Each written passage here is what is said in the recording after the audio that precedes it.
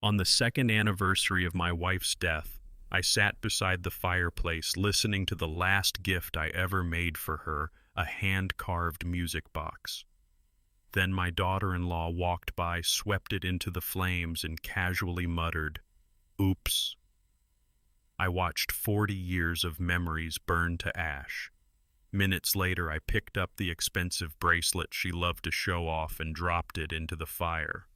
"Some things reveal their true value only when tested," I said. What happened next exposed a secret far darker than either of us expected. Thank you for being here with me. Before we continue, drop a quick comment. Where are you listening from and what time is it there?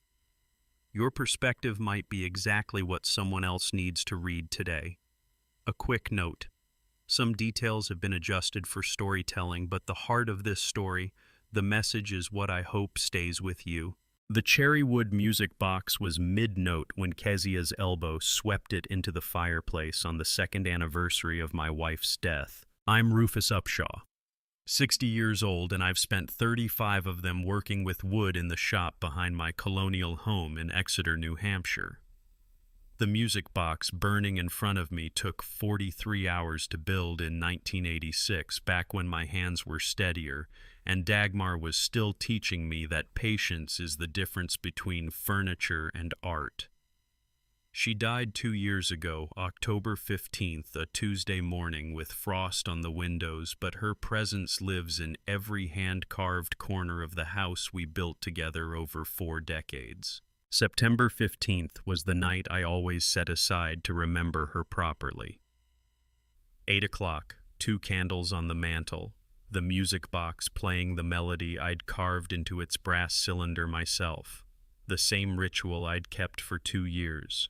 The house was mine, bought and paid for with money I earned planing boards and mortising joints when Dagmar and I were still young enough to believe hard work guaranteed security. That evening I sat in the armchair facing the fireplace, Dagmar's chair, the one she'd reupholstered 3 times because the fabric wore out, but the frame I built never did. The music filled the living room with its slow mechanical sweetness. I had a cup of Earl Grey going cold on the side table. The fire burned low, and even the way you build it when you're planning to sit for a while. Ignatius, my son, had moved back in 2 weeks earlier with his wife. He's 32 now, still carrying that look of a man perpetually checking over his shoulder for something he can't name. When he showed up with Kezia Travers and 2 suitcases, he said they needed a few months to save for a down payment on their own place. I didn't argue. You don't turn away your own son, even when instinct whispers that you should ask more questions. Kezia was 29, draped in clothes that screamed expensive but felt synthetic when you looked close enough. She had a way of walking through the house like a real estate appraiser, calculating demolition value instead of repair costs.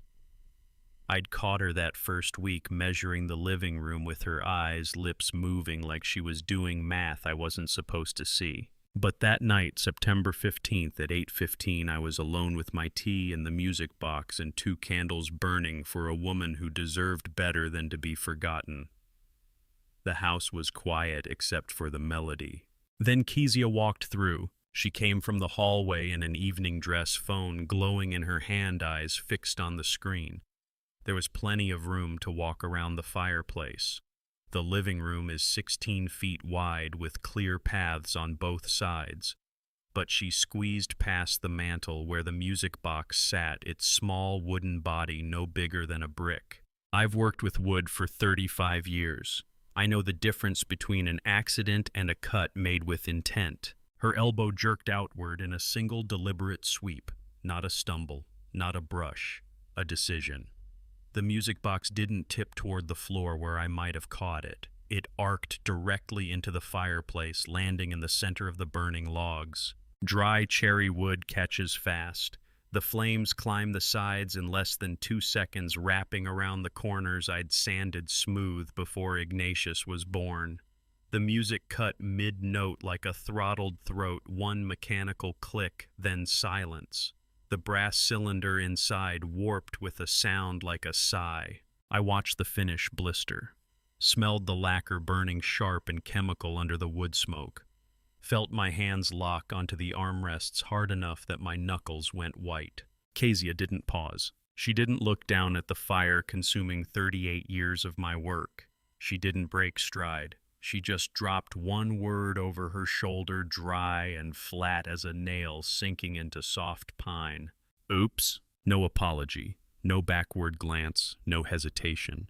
She kept walking toward the kitchen phone, still glowing heels clicking on the hardwood floor Dagmar and I had laid in 1989. I sat there watching the flames eat through the joinery I'd been so proud of. The dovetails I'd cut by hand because power tools don't teach you patience. The tiny brass pins I'd set with a jeweler's hammer. The melody Dagmar used to hum while cooking Sunday dinners. The box collapsed inward with a soft crunch, and I understood something I should have seen 2 weeks earlier. This wasn't carelessness. This was a message.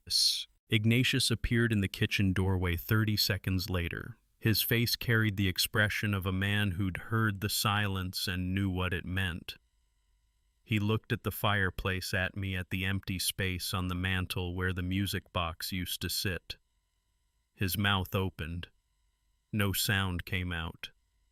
He turned and followed his wife into the kitchen without saying a word.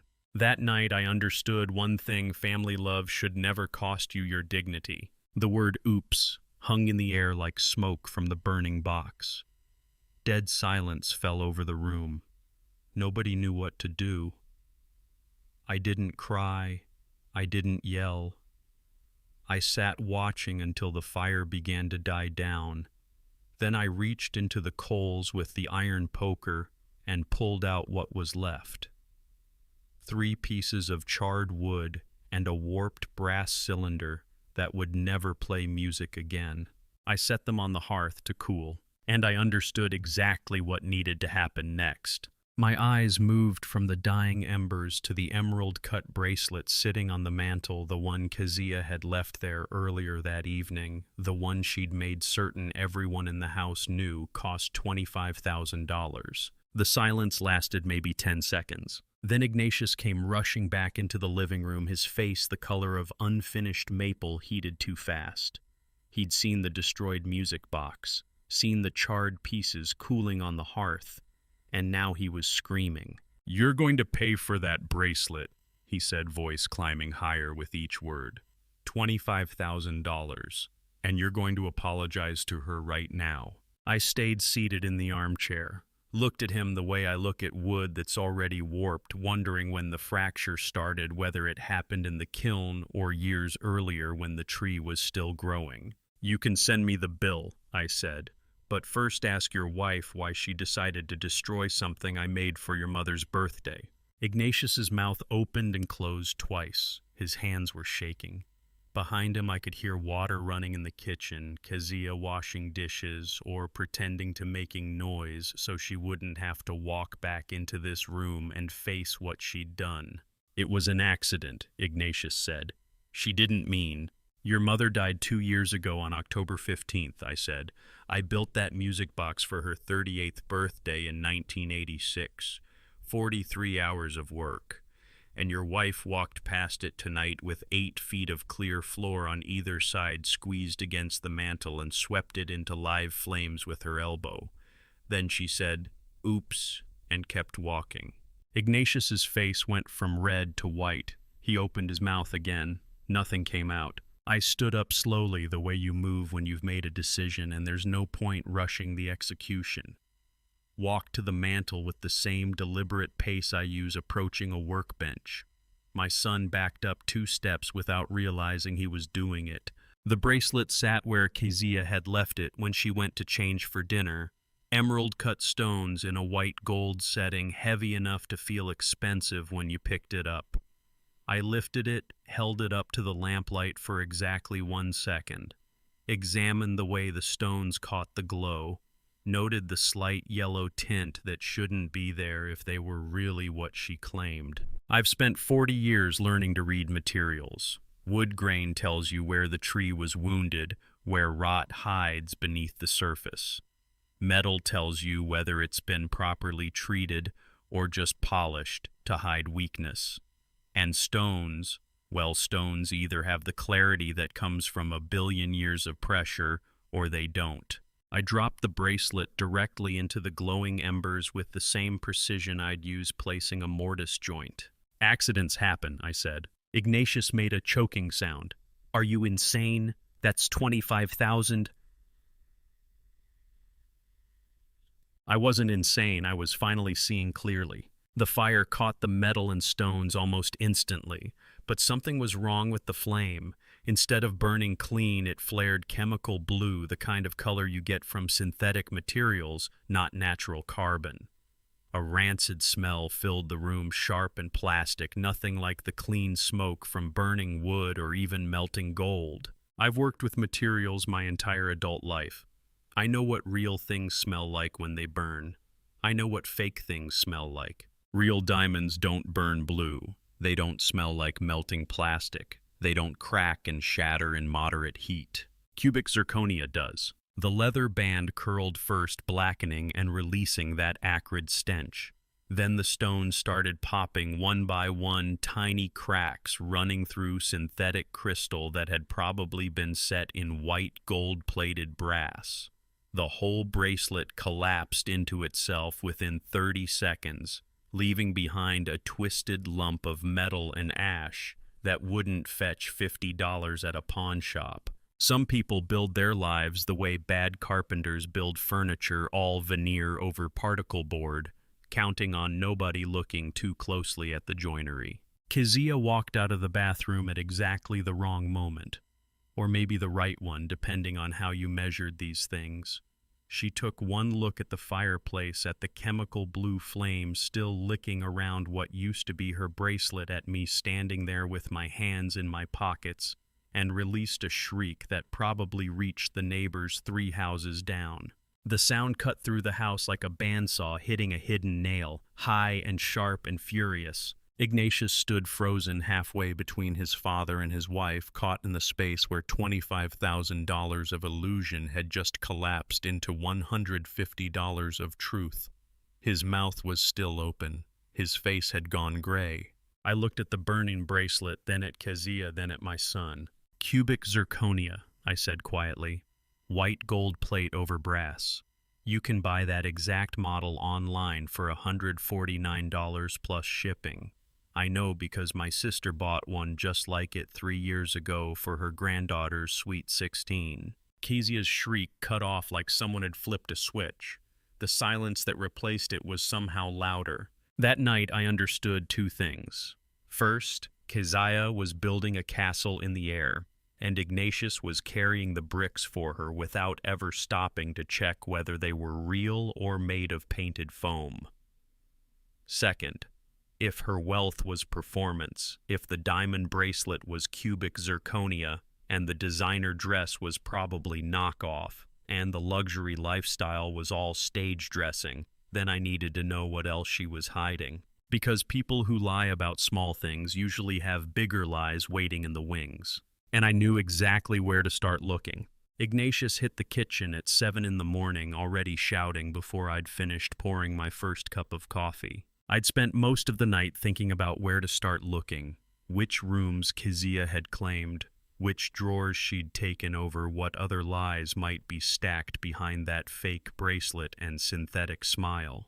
But my son stormed through the door before I could take the first sip, his face already red, his voice already climbing toward hysteria.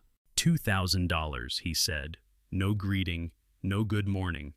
Just the demand delivered like he'd been rehearsing it. That's what you're paying to replace that bracelet, and you're going to apologize to Kezia in front of me. I sat at the kitchen island with my black coffee steaming in front of me. Didn't interrupt, didn't react. Just watched him perform someone else's script. "Are you even listening?" His voice cracked on the last word. "She's upstairs crying her eyes out, and you're just sitting there like nothing happened."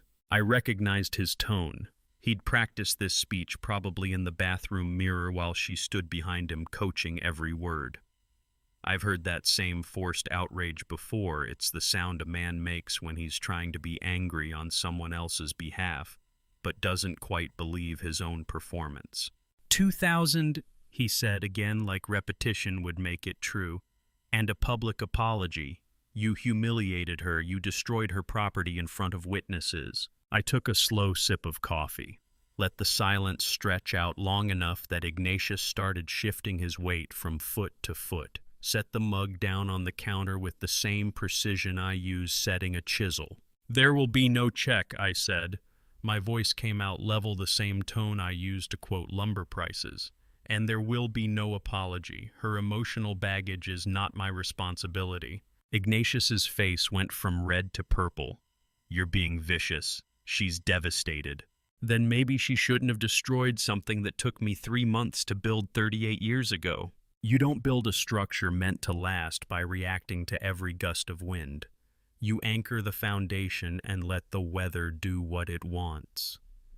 Kezia could cry upstairs for a week. It wouldn't change what she'd done, and it wouldn't extract a single dollar from my account. That bracelet was worth $149, I said, plus shipping, cubic zirconia, and brass. I told you last night. Ignatius's mouth opened and closed twice. No sound came out. He was caught between the lie his wife had sold him and the truth his father had burned into evidence. She said it was a family heirloom, he finally managed, from her grandmother. Then her grandmother ordered it from an online catalog 3 years ago because that's when the manufacturer started making that exact model. I finished my coffee in 3 more swallows, stood up, rinsed the mug under hot water, watching coffee residue spiral down the drain, placed it upside down on the drying rack with the handle facing out the way Dagmar always insisted so water doesn't pool inside. Ignatius was still standing in the doorway, blocking my path to the workshop. Move, I said. He didn't move. You owe her. I owe her nothing. She destroyed my property deliberately. I destroyed hers in response. We're even. Now move. Something in my voice finally registered. Ignatius stepped aside. I walked past him without looking back through the hallway, through the mudroom, out to the workshop where morning light was already pouring through the wooden window frames Dagmar and I had installed in 1994. The workshop was silent, except for September birds outside, chickadees and nuthatches working through the pine trees, getting ready for winter the way they always do. No shouting, no demands, no fake tears from someone upstairs who'd probably stopped crying the moment she heard me refuse. I pulled a hardcover ledger from the shelf above my workbench, the type I use for project specifications and material orders. Black cover, numbered pages, the kind of record that lasts decades if you treat it properly. Opened it to the first clean page. Picked up a mechanical pencil, the same one I've used for 15 years, lead replaced 100 times, barrel worn smooth. Began logging. A craftsman never builds without blueprints. Every measurement logged, every joint documented, every material recorded with supplier and grade. You don't trust memory when precision matters. You write it down, date it, keep it where no one can argue about what happened or when. If Kezia wanted to play this game, I would never miss a single move. September 15th, 2024, 8:15 p.m. KT deliberately swept music box into fireplace. Adequate clearance available on both sides. Movement was precise, intentional. Said only, oops, no apology offered. 8:16 p.m. Witness why. Upshaw appeared in doorway, observed burning music box, said nothing, followed KT into kitchen. 8:22 p.m. Bracelet claimed value $25,000 dropped into fire as proportional response. Burned chemical blue. Rancid plastic smell confirmed cubic zirconia and plated metal. Actual value approximately $150. September 16th, 2024. 7 a.m. Upshaw demanded $2,000 payment plus public apology. Demand refused. No physical escalation. Upshaw retreated. I set down my pencil and looked at the 4 entries I'd documented with the same care I'd use measuring dovetails, time, location, witnesses, exact words, material analysis. That ledger would become the most important thing I ever wrote, not because of what I'd logged, but because of what I was about to discover. This wasn't random anger or petty revenge. This was blueprinting. Every builder knows you can't construct defense without knowing exactly what you're defending against. And you can't fight an enemy if you don't document their movements. The morning light shifted across the workbench, catching dust motes in the air. Outside, the chickadees kept working. Inside, I had 3 entries documenting a pattern I was only beginning to see. This ledger would track every move they made going forward. But what I didn't know yet was that it would also reveal the moves they'd already made, the ones I hadn't been watching for the ones happening in rooms I didn't check, conversations I didn't overhear. And the first place to look was the one room Keziah had already claimed as her own. Keziah walked into my kitchen on Tuesday morning and opened the refrigerator like she was checking into a hotel breakfast buffet. 6 days had passed since I started the ledger. 6 days of watching her claim territory, sitting in Dagmar's chair, rearranging kitchen cabinets, leaving price tags on new clothes draped over furniture. The room she'd claimed as her own was the master bedroom upstairs, the one Dagmar and I had shared for 39 years. I'd moved my things to the guest room without comment. Some battles you choose, some you document. But that Tuesday morning, September 22nd, I chose. Keziah pulled the refrigerator door wide and stood there with cold air pouring out around her ankles, stared at the empty shelves for 3 full seconds before her brain processed what she was seeing. Nothing. No eggs, no milk, no butter, no bread, no leftovers from Sunday dinner. Just one ancient box of baking soda in the back corner and 3 empty wire shelves. She opened the freezer, empty. Opened the crisper drawer, empty. The previous night, after they'd gone to bed, I'd moved every food item to the mini fridge in my workshop. Took me 40 minutes to transfer everything. Packed it into coolers, walked it across the yard in darkness, reorganized the workshop, fridge shelf by shelf. Left only the baking soda as a courtesy in case she wanted to check for spoilage in an appliance that no longer served her. She stood there with the door still open, cold air still bleeding out, expensive silk robe probably worth more than my monthly grocery bill. "There's no food," she said. Not a question. A statement of betrayal. "Where's all the food? Ignatius has a huge meeting today. How long on the eggs?" I sat at the island counter with buttered toast and black coffee reading the New Hampshire Union Leader. Didn't look up. "I have no idea, Keziah," I said. "I guess it depends on what time you start cooking them." "What are you talking about? I always provide for people who live in this house and treat it with respect," I said. Still didn't look up from the paper. "You destroyed something irreplaceable. I'm not your caterer." Her voice went up half an octave.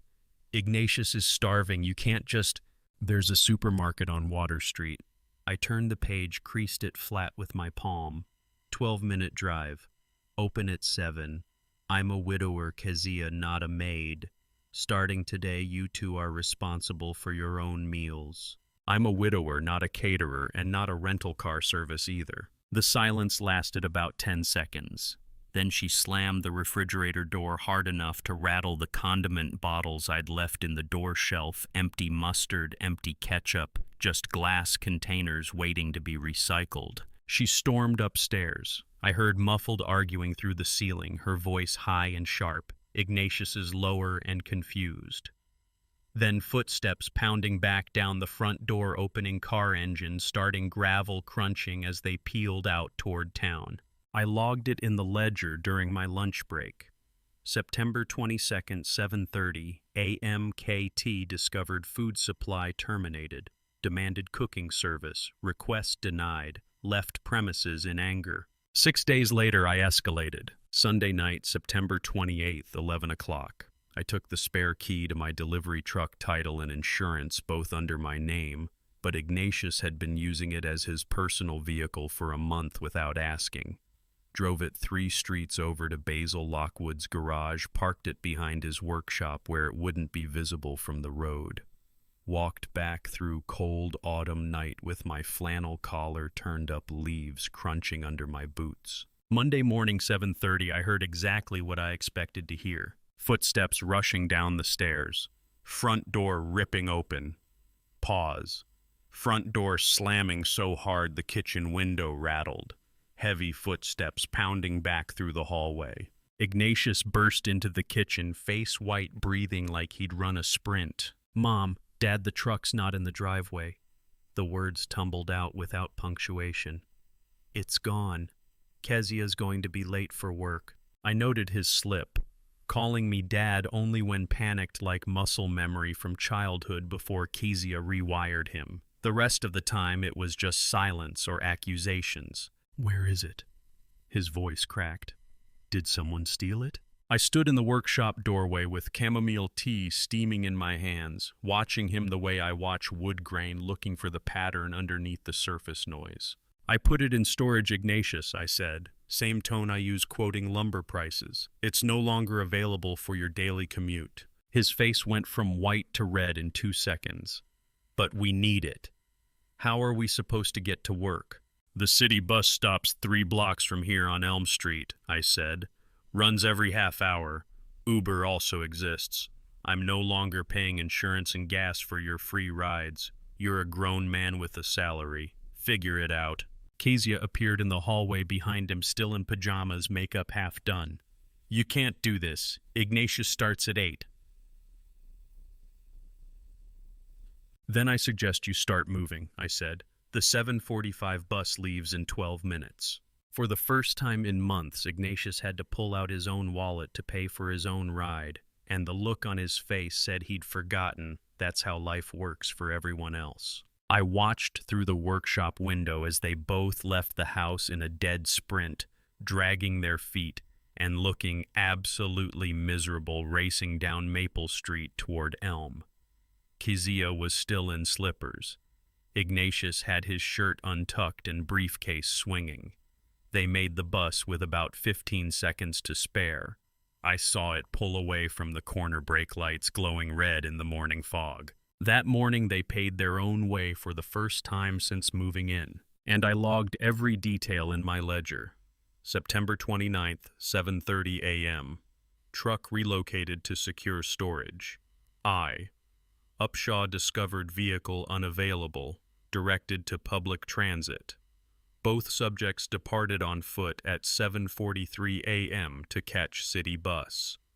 Self-reliance commences. Their dependence was ending. My documentation was just beginning. What I didn't know yet was that while I was cutting off their resources, someone else was asking questions about mine.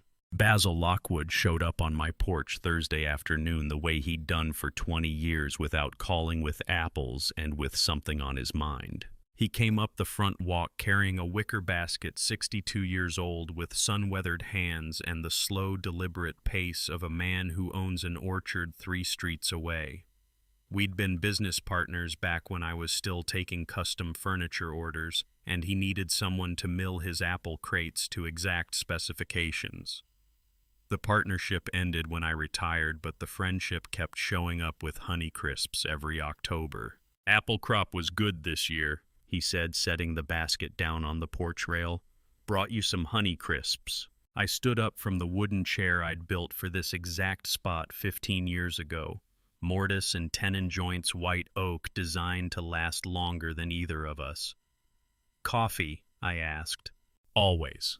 I went inside, poured 2 mugs from the pot I'd brewed an hour earlier, came back out to find Basil already sitting in the second chair, looking at the bright red maple tree coloring up the front yard.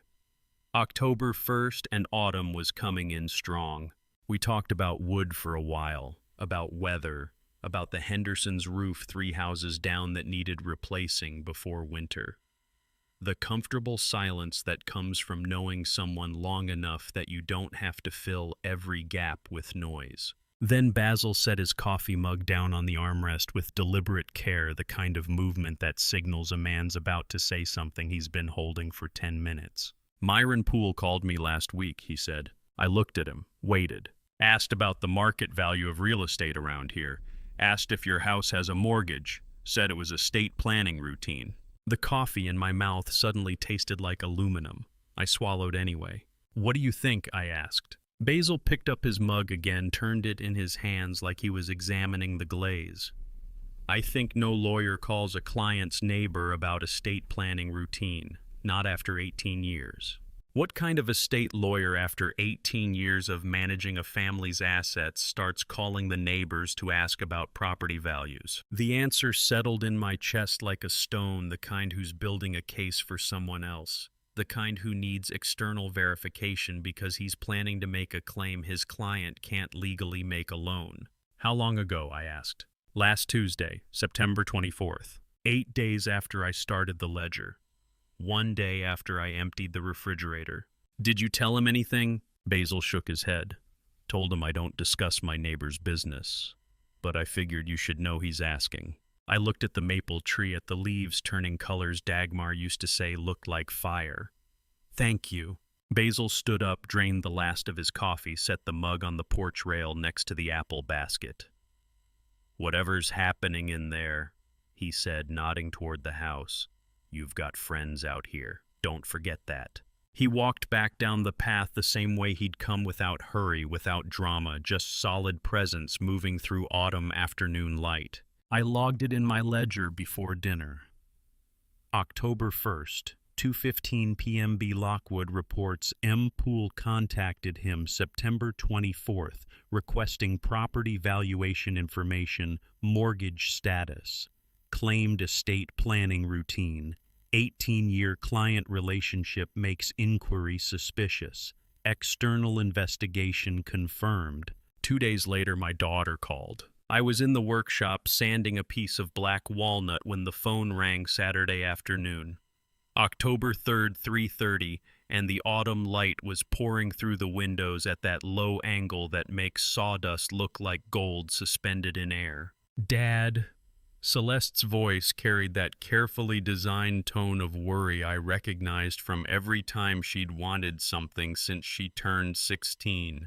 She was 35 now, living 2 states away with her husband David, and I hadn't heard from her in 4 months. Hi, sweetheart, I said. Set down the sandpaper, watched dust settle on the workbench. Ignatius says you've been acting out, she said. The words came with rehearsed cadence like she'd practiced them.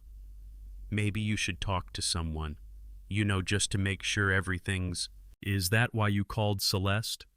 I kept my voice level. Or is there another reason? The pause lasted long enough to tell me everything I needed to know. David's business is really struggling, she said. The worried daughter tone shifted slightly, became more transactional. I was thinking maybe you could help us out. Just $40,000. We'd call it an early inheritance, so it's fair to Ignatius. There's no early inheritance, I said. There's no inheritance at all until I'm dead, and I plan to be very much alive for a long time yet. But Dad, we're family. What you need is to figure out your own finances. I looked at my hands on the workbench.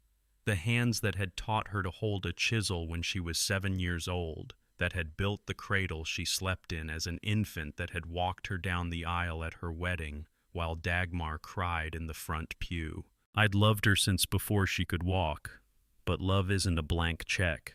I have to go, I said. Dad, please. I hung up gently, set the phone down on the workbench next to the walnut piece, stood there for a full minute listening to afternoon silence. That was the last time Celeste called for a long time. When she reached out again, it wouldn't be over the phone. I logged it in the ledger before I went back to sanding. October 3rd, 3:30 p.m., C. Upshaw daughter called. Opened with concern about mental state coached by I. Upshaw. Requested $40,000 labeled as early inheritance for husband's business. Request denied. First direct financial demand from child 2. I set the pen down and looked at my workshop, the space Dagmar and I had built together, where I'd taught both children to work with wood when they were small enough to stand on stepladders at the workbench. Ignatius and Kezia demanding money from inside the house. Celeste demanding money from 2 states away, and Myron Poole, the man who'd handled our estate planning since Dagmar first got sick 18 years ago, asking neighbors about my assets like he was building an appraisal report. It was time to find out exactly what they all thought I had to take. I walked into Granite State Bank at 9 o'clock Monday morning and asked for something I should have requested months ago, the full statement history for the convenience account I'd opened with Ignatius 2 years earlier. The personal banker led me to a consultation room with glass walls and oak veneer furniture. Real oak would never peel at the corners like that, but banks prefer appearance over substance. I sat down in a chair designed for comfort, but built for cost. "I need the 12-month statement for the convenience account," I said. "Everything transactions, withdrawals, the complete record." She typed into her computer, reading glasses perched on her nose. "Of course, Mr. Upshaw. This is the account opened in October 2022. Yes. The account I'd opened 3 weeks after Dagmar's funeral, when I was still moving through days like walking through fog. Ignatius had suggested it said I should have someone authorized to handle finances if anything happened to me. Made sense at the time. A safety net. Joint signature authority so he could pay medical bills if I ended up in the hospital, handle emergencies if I couldn't. Every dollar in it came from my retirement income, not inheritance, not assets, my money. The banker printed 6 pages and slid them across the desk. I put on my reading glasses, the ones I use for fine detail work for reading contract specifications and lumber grades, and started at the top. October through January, normal activity. Small withdrawals for household expenses, exactly what we'd agreed on. February 3 withdrawals, March 4. April through July 2 per month, sometimes 3. Each one documented, each one deliberate. The Lobster Pot, Portsmouth, $340. Nordstrom, Manchester, $780. Seacoast Spa and Wellness, $520. Designer boutiques, high-end restaurants, luxury service providers. Wave after wave of spending over 4 months. I reached the bottom of the 6th page and did the math in my head the way I calculate board feet, automatic, precise, unavoidable. $18,000 gone. All cash withdrawals, as you can see, the banker said, her voice professionally neutral. Each under the reporting threshold. I looked up at her. Reporting threshold. IRS requires banks to report cash transactions over $10,000. These withdrawals are all under that amount. Standard practice for people who prefer to manage cash privately. Theft has fingerprints just like craftsmanship does. Some people steal like amateurs smashing windows. Others steal like professionals picking locks, knowing exactly which tumblers to move, which regulations to avoid. Whoever did this knew exactly what they were doing. This wasn't amateur hour. This was someone with professional understanding of financial compliance, someone who knew how to bleed an account dry without triggering federal oversight. "I need photocopies of every withdrawal slip," I said, "every signature." She printed them without question. 16 withdrawal slips, each one signed on the authorization line. She handed them over in a manila folder with the bank's logo embossed on the front. I walked out to my truck. Hand steady mind, already working through the evidence, the way I work through blueprints, checking each connection, testing each joint. Parked under a red maple in the far corner of the lot where nobody would see me through the windshield. Spread the 16 photocopies across the passenger seat. Pulled the magnifying glass from my toolbox, the same one I used to read wood grain to find defects invisible to the naked eye. A craftsman never judges material without close examination.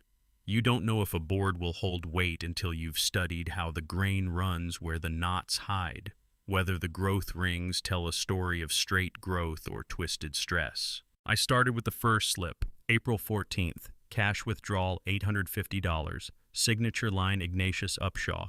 But something was wrong. I've spent 40 years learning to see what others miss, the grain that reveals where a tree was damaged, the joint that will fail under pressure, the signature that doesn't quite match the person who supposedly wrote it. I held the magnifying glass over the signature, studied the pen strokes, the way the capital I looped, the connection between letters, the pressure applied at different points. I taught both my children how to hold a pen when they were 6 years old, taught them to form letters with care, to sign their names with pride.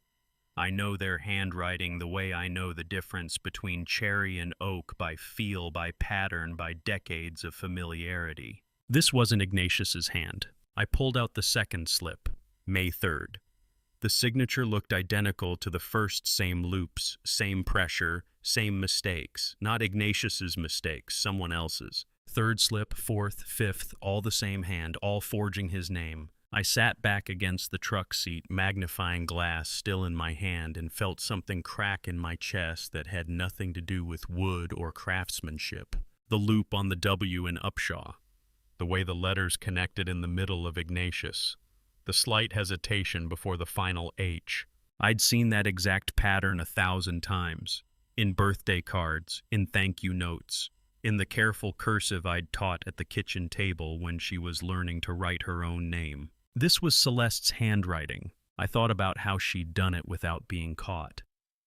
Then I remembered 2 years ago when I opened this account, I'd listed Celeste as an emergency contact with family authorization, a small courtesy I approved without reading the fine print.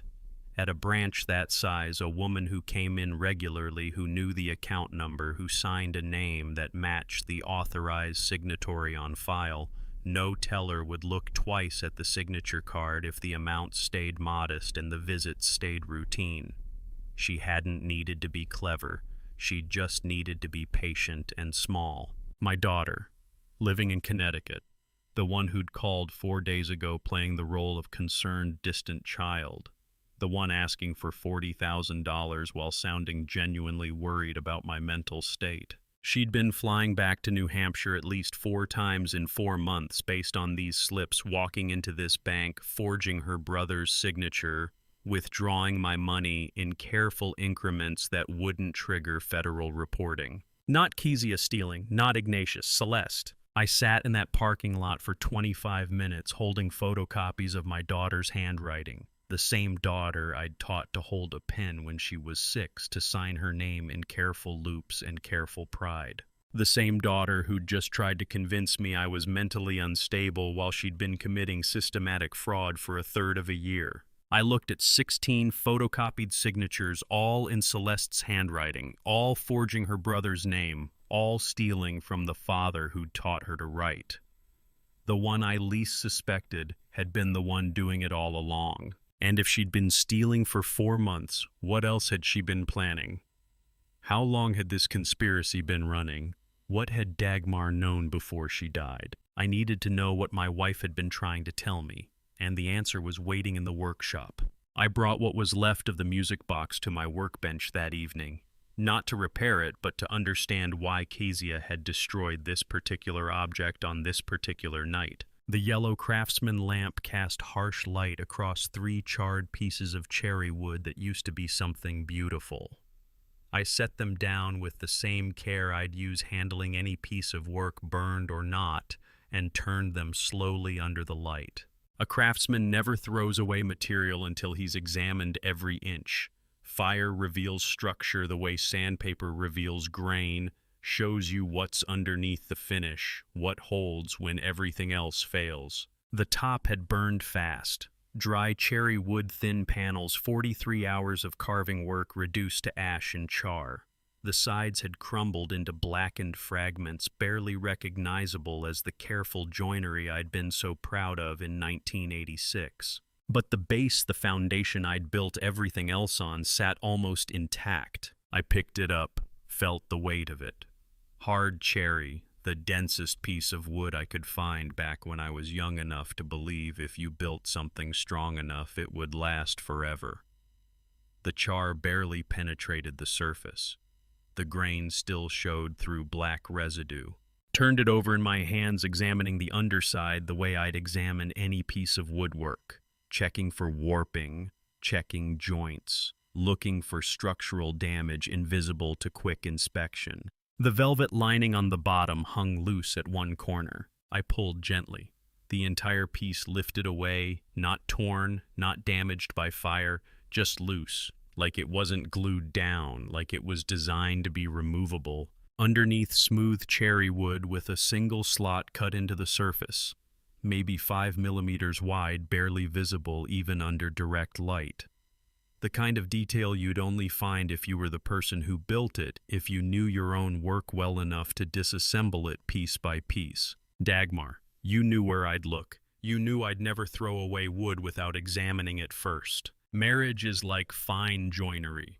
The real strength isn't in what you see on the surface, but in the hidden joints that hold everything together even after one piece is gone. I slid my fingernail into the 5 millimeter slot, felt metal edge against skin pulled gently. Something shifted, came loose. A small brass key emerged. Old-style safe deposit box key, oxidized green at the edges but solid underneath. I held it under the lamp, turning it slowly, and saw careful lettering engraved on the handle. DU Box 1147, Granite State Bank. DU Dagmar Upshaw. My hands started trembling before I realized they were moving. 40 years of steady hands that could cut dovetails in the dark, and now they shook, holding a piece of brass no bigger than my thumb. Granite State Bank. The same bank where I'd sat this morning discovering my daughter's theft. The same building where I'd requested statements and photocopies and confirmation that $18,000 had disappeared from an account I'd trusted my children to protect. Box 1147. How long has this been here? How long have you been protecting me from something you saw coming? I looked back at the slot, reached in with 2 fingers, felt paper. Pulled it out carefully, yellowed at the edges, folded with the precision Dagmar brought to everything she did. The creases were sharp even after years of sitting in darkness. Unfolded it under the lamp. Handwriting shakier than I remembered, written after the illness had started weakening her hands, but while her mind stayed diamond sharp. I recognized every loop and stroke, recognized the way she formed the capital I and crossed the T, recognized the woman who'd taught me more about patience than 40 years of woodworking ever could. The note said, "If you find this, something has gone wrong. This is yours alone. M." 7 words, 13 if you count the signature and location, written in the careful script of someone who knows she won't be around to explain, who needs every word to carry weight it might have to bear for years. I sat down on my workshop stool, the one I'd built 30 years ago, with a seat worn smooth by decades of sitting, and held the key in one palm, the note in the other. She knew. Before she died in October 2022, before Ignatius moved back in with Kezia, before Celeste started forging signatures, and Myron started calling neighbors, and any of this began, Dagmar knew something might go wrong, knew enough to hide protection where only my hands would find it. In the music box I'd built for our first anniversary, in the work we'd made together, in the foundation that would survive fire because I'd chosen the densest wood, because I'd wanted it to last forever. You hid this where only I would look, where only a craftsman would think to examine destroyed work before throwing it away, where only someone who knew me for 40 years would know to place something meant for my hands alone. I sat with that tiny key in the palm of my hand, the same hand that had held hers during 40 years of marriage, the hand she'd guided when teaching me which wood grain to follow, the hand she knew would find what she left behind. The workshop smelled like old wood and machine oil and the faint char still clinging to music box fragments. Outside, October darkness had settled in complete. Inside, the yellow lamp made everything look like it was underwater, suspended, preserved, waiting. I read the note one more time. If you find this, something has gone wrong. This is yours alone. Something had gone very wrong. My son living under my roof with a wife who destroyed irreplaceable work. My daughter forging signatures from 2 states away. My lawyer calling neighbors, asking questions he had no business asking. $18,000 gone. $40,000 more demanded. And Dagmar gone for 2 years, but still protecting me from threats she'd seen coming before I did. Box 1147 at Granite State Bank. The same bank where I'd just discovered my daughter's theft. Tomorrow morning I would walk back through those glass doors with this brass key and find out what my wife had protected me from before she ever knew the threat would come. And I had a feeling whatever was in that box would change everything.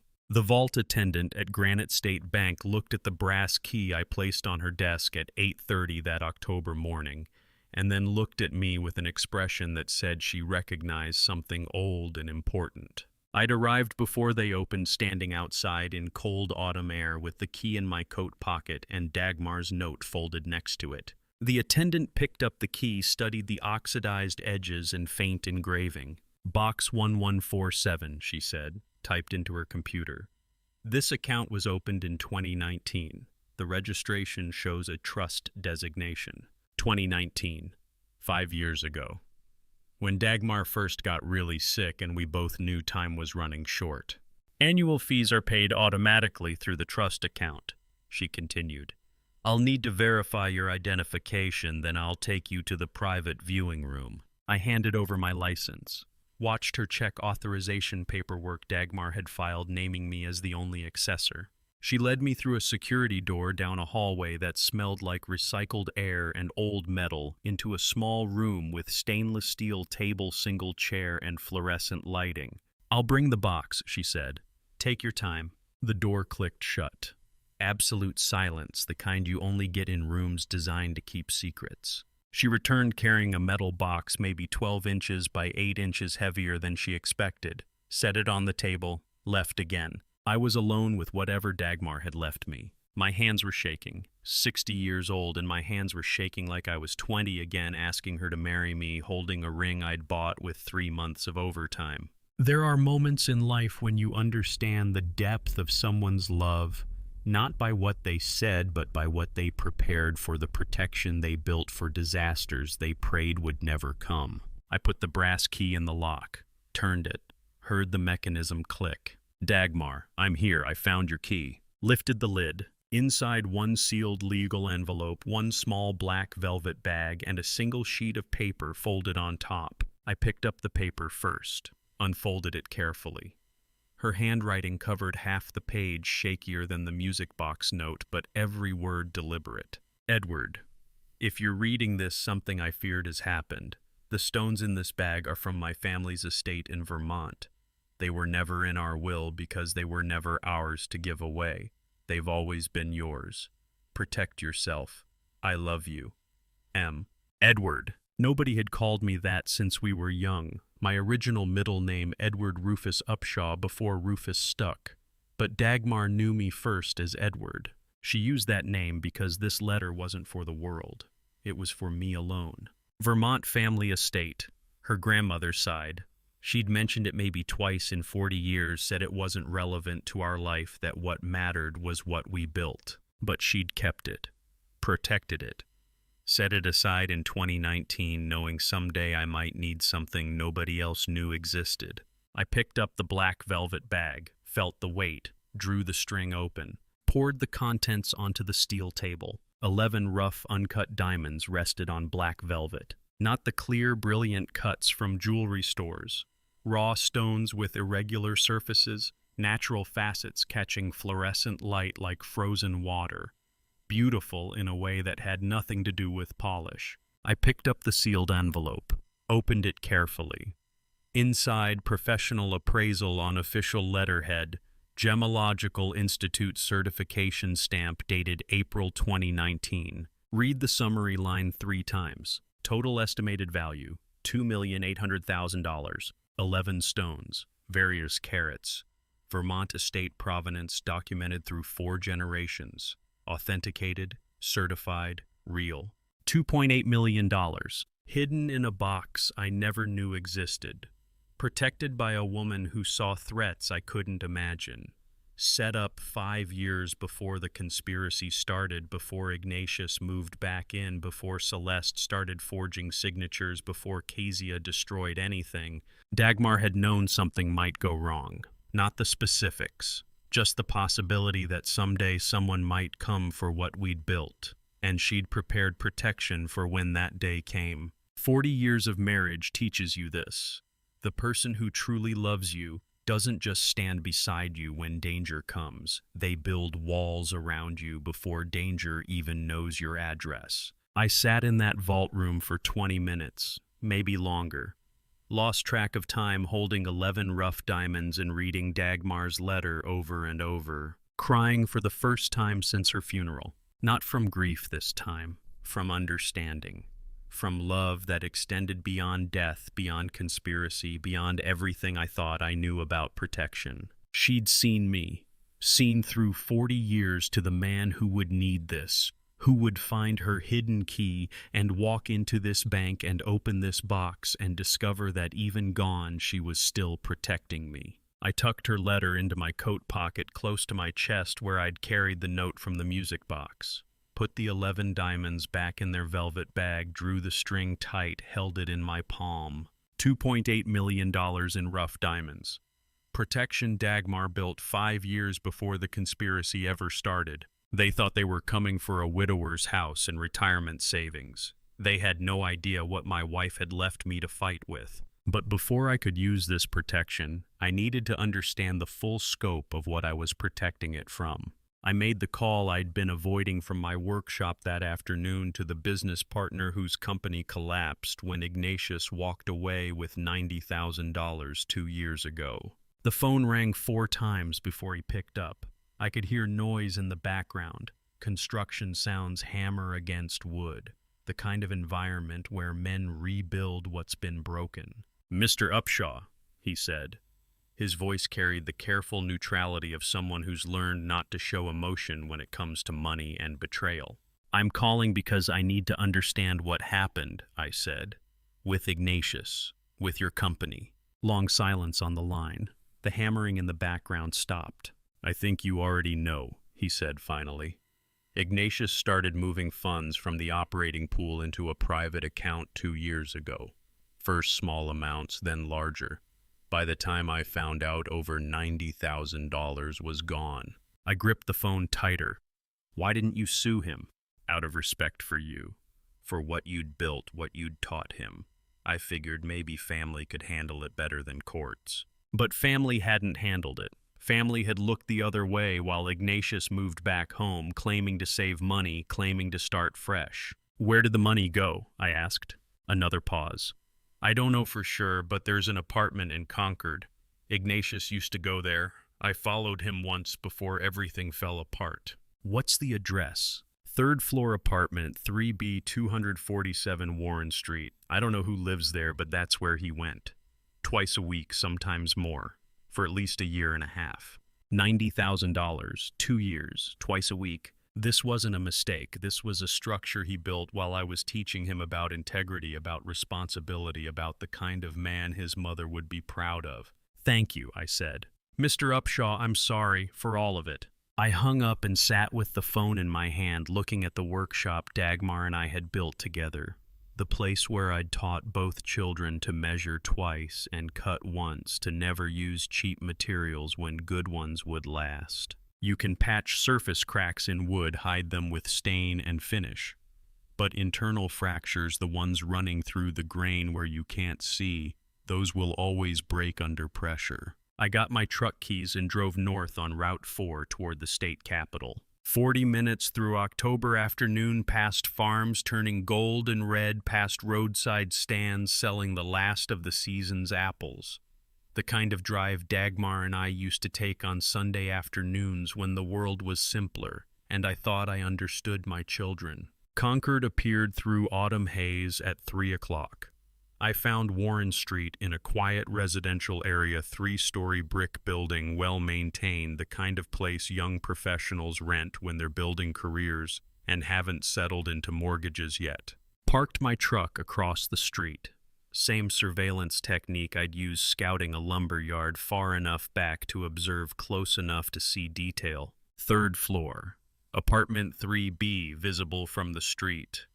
Window with navy blue curtains, warm desk lamp glowing inside despite afternoon light still pouring through October sky. I didn't get out of the truck, just sat watching from across the street like a detective in a film noir. Except this was my son's life I was investigating, my son's betrayal, my son's secret. Navy curtains, warm lamp, comfortable furniture visible at the edge of the window. This wasn't a temporary arrangement. This was a home. How many nights did he come here? How many times did he kiss someone else while Kezia waited in my house, sleeping in my guest room, eating food from my refrigerator? Movement in the window. A silhouette past the lamp, young woman's slim figure moving through the apartment with the ease and comfort of someone at home. She reached up to adjust something on a shelf, moved to what looked like a kitchen area, disappeared from view. I couldn't see details, just shadow and shape, but I understood. I didn't know her name then. Just a silhouette behind navy curtains moving through a life built on stolen money, someone Ignatius had chosen to throw away when a more useful arrangement came along. I drove home without knowing she would become the most unexpected piece of this entire puzzle. $90,000 spent building a complete second life, while living rent-free under my roof, while using my truck, while claiming to save money for a house with his wife, while eating my food and accepting my shelter and looking me in the eye every morning at breakfast. This is what Kezia holds over him. This is why he can't say no to her demands. She knows about this apartment, about this woman, about the embezzlement that paid for it all. She probably found out months ago. Maybe that's why she pushed to move into my house, why she's been so bold in her disrespect. She owns him now, not through love, through leverage. I wondered when I had missed Ignatius's fracture. Was it when his mother died and grief twisted him into someone I didn't recognize?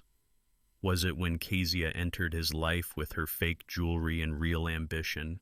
Or had it been there since childhood, invisible beneath the surface, waiting for weight to expose it? I started the truck and drove away without looking back at the apartment, at the silhouette, at the life my son had built with stolen money while pretending to be someone else. Drove home as the sun set over the New Hampshire hills, understanding finally the full architecture of betrayal I was facing. Celeste stealing $18,000 through forged signatures, Ignatius embezzling $90,000 for a secret apartment and secret life, Kezia blackmailing him with knowledge of his affair, using it to control him, to push him toward destroying his father.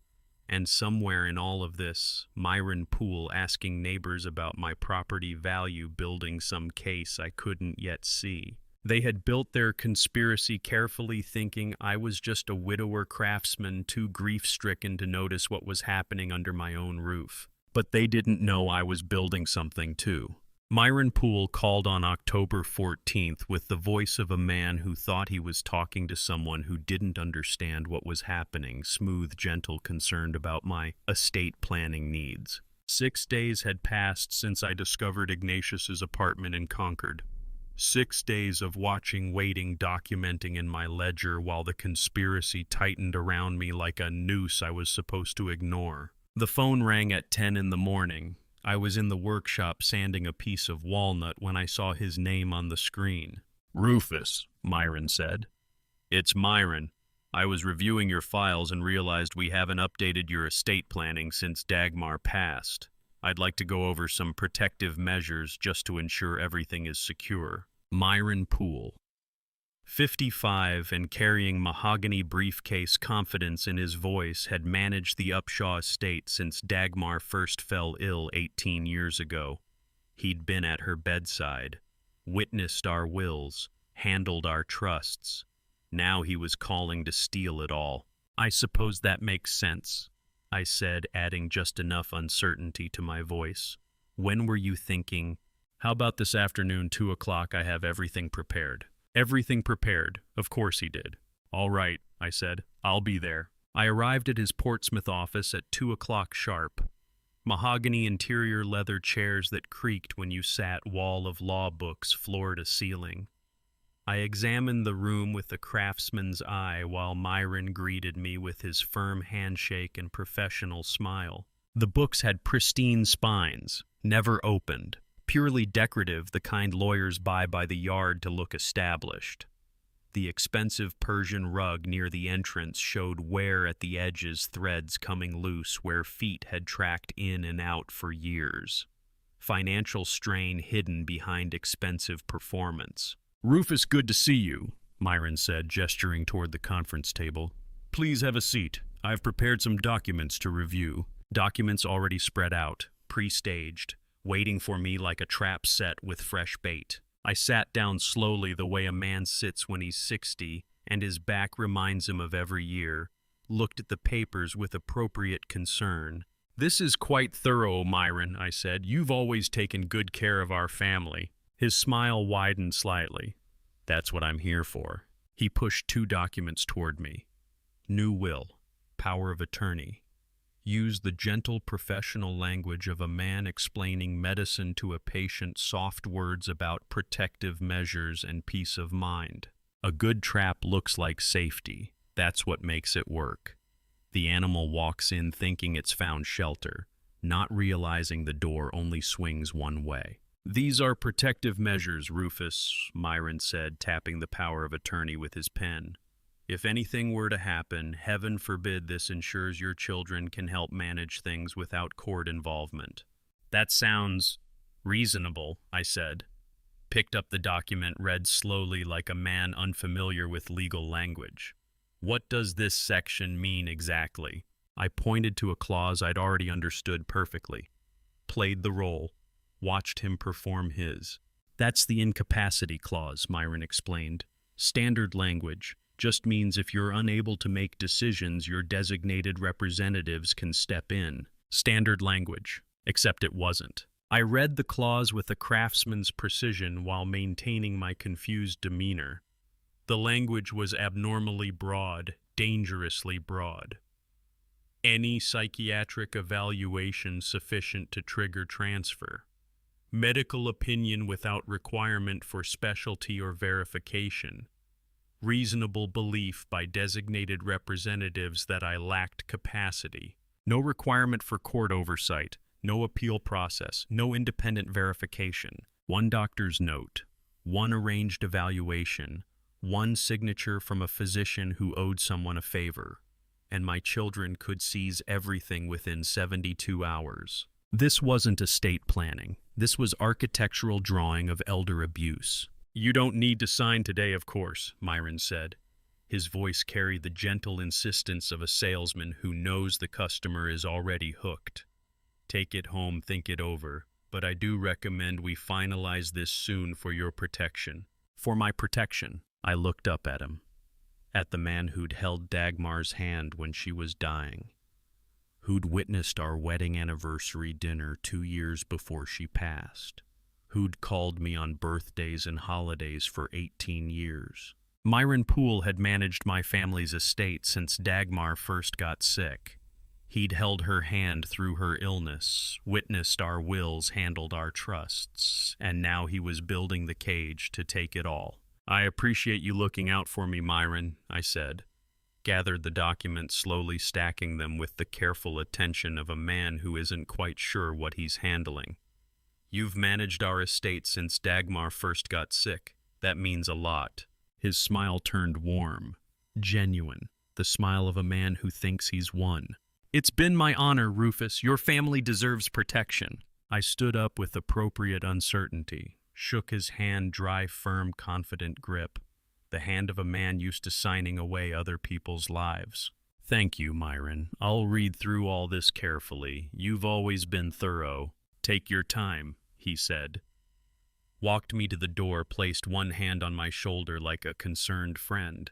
"But do let me know soon. These protections are important." I drove out of Portsmouth toward Concord with his documents on the passenger seat. Every clause, every trigger, every trap laid bare in black and white. He thought I'd sign them after careful consideration. Thought I'd trust the lawyer who'd guided our family through Dagmar's illness and death. Thought I was just a widower craftsman too grief-stricken to see the cage being built around me. What he didn't know was that I'd already found another lawyer, one who specialized in exactly what Myron was attempting, one who understood elder exploitation and asset theft disguised as estate planning. Iona Kelly's name sat on a note in my coat pocket, written in my own careful handwriting 5 days ago after independent research led me to a Concord attorney with a reputation for fighting exactly this kind of conspiracy. And tomorrow morning I'd find out if she could help me turn his trap into his cage. Iona Kelly's office in Concord looked nothing like Myron's smaller space-functional furniture and law books on the shelves that showed actual wear from being opened and read. I walked in the next morning at 10 o'clock carrying 2 sets of documents, placed Myron's trap papers on her desk first, the will, the power of attorney, the incapacity clause designed to steal everything. Then I placed the 5-year-old irrevocable trust deed beside them. Iona Kelly, 52 and practicing trust law from this modest office, picked up Myron's documents first, read for 2 minutes in silence, set them down, picked up the trust deed, read more carefully, looked up at me with eyes that understood exactly what Myron was attempting. If I sign any document regarding the real estate inside this trust, I said, does that document have legal force? She read the trust deed again, this time with the precision of someone checking measurements before cutting expensive wood. No, she said. This type of irrevocable trust, you are a beneficiary with a lifetime right of residency. The trustee is an independent third party. Under the terms laid out here, nobody, including you, can transfer or sell this property.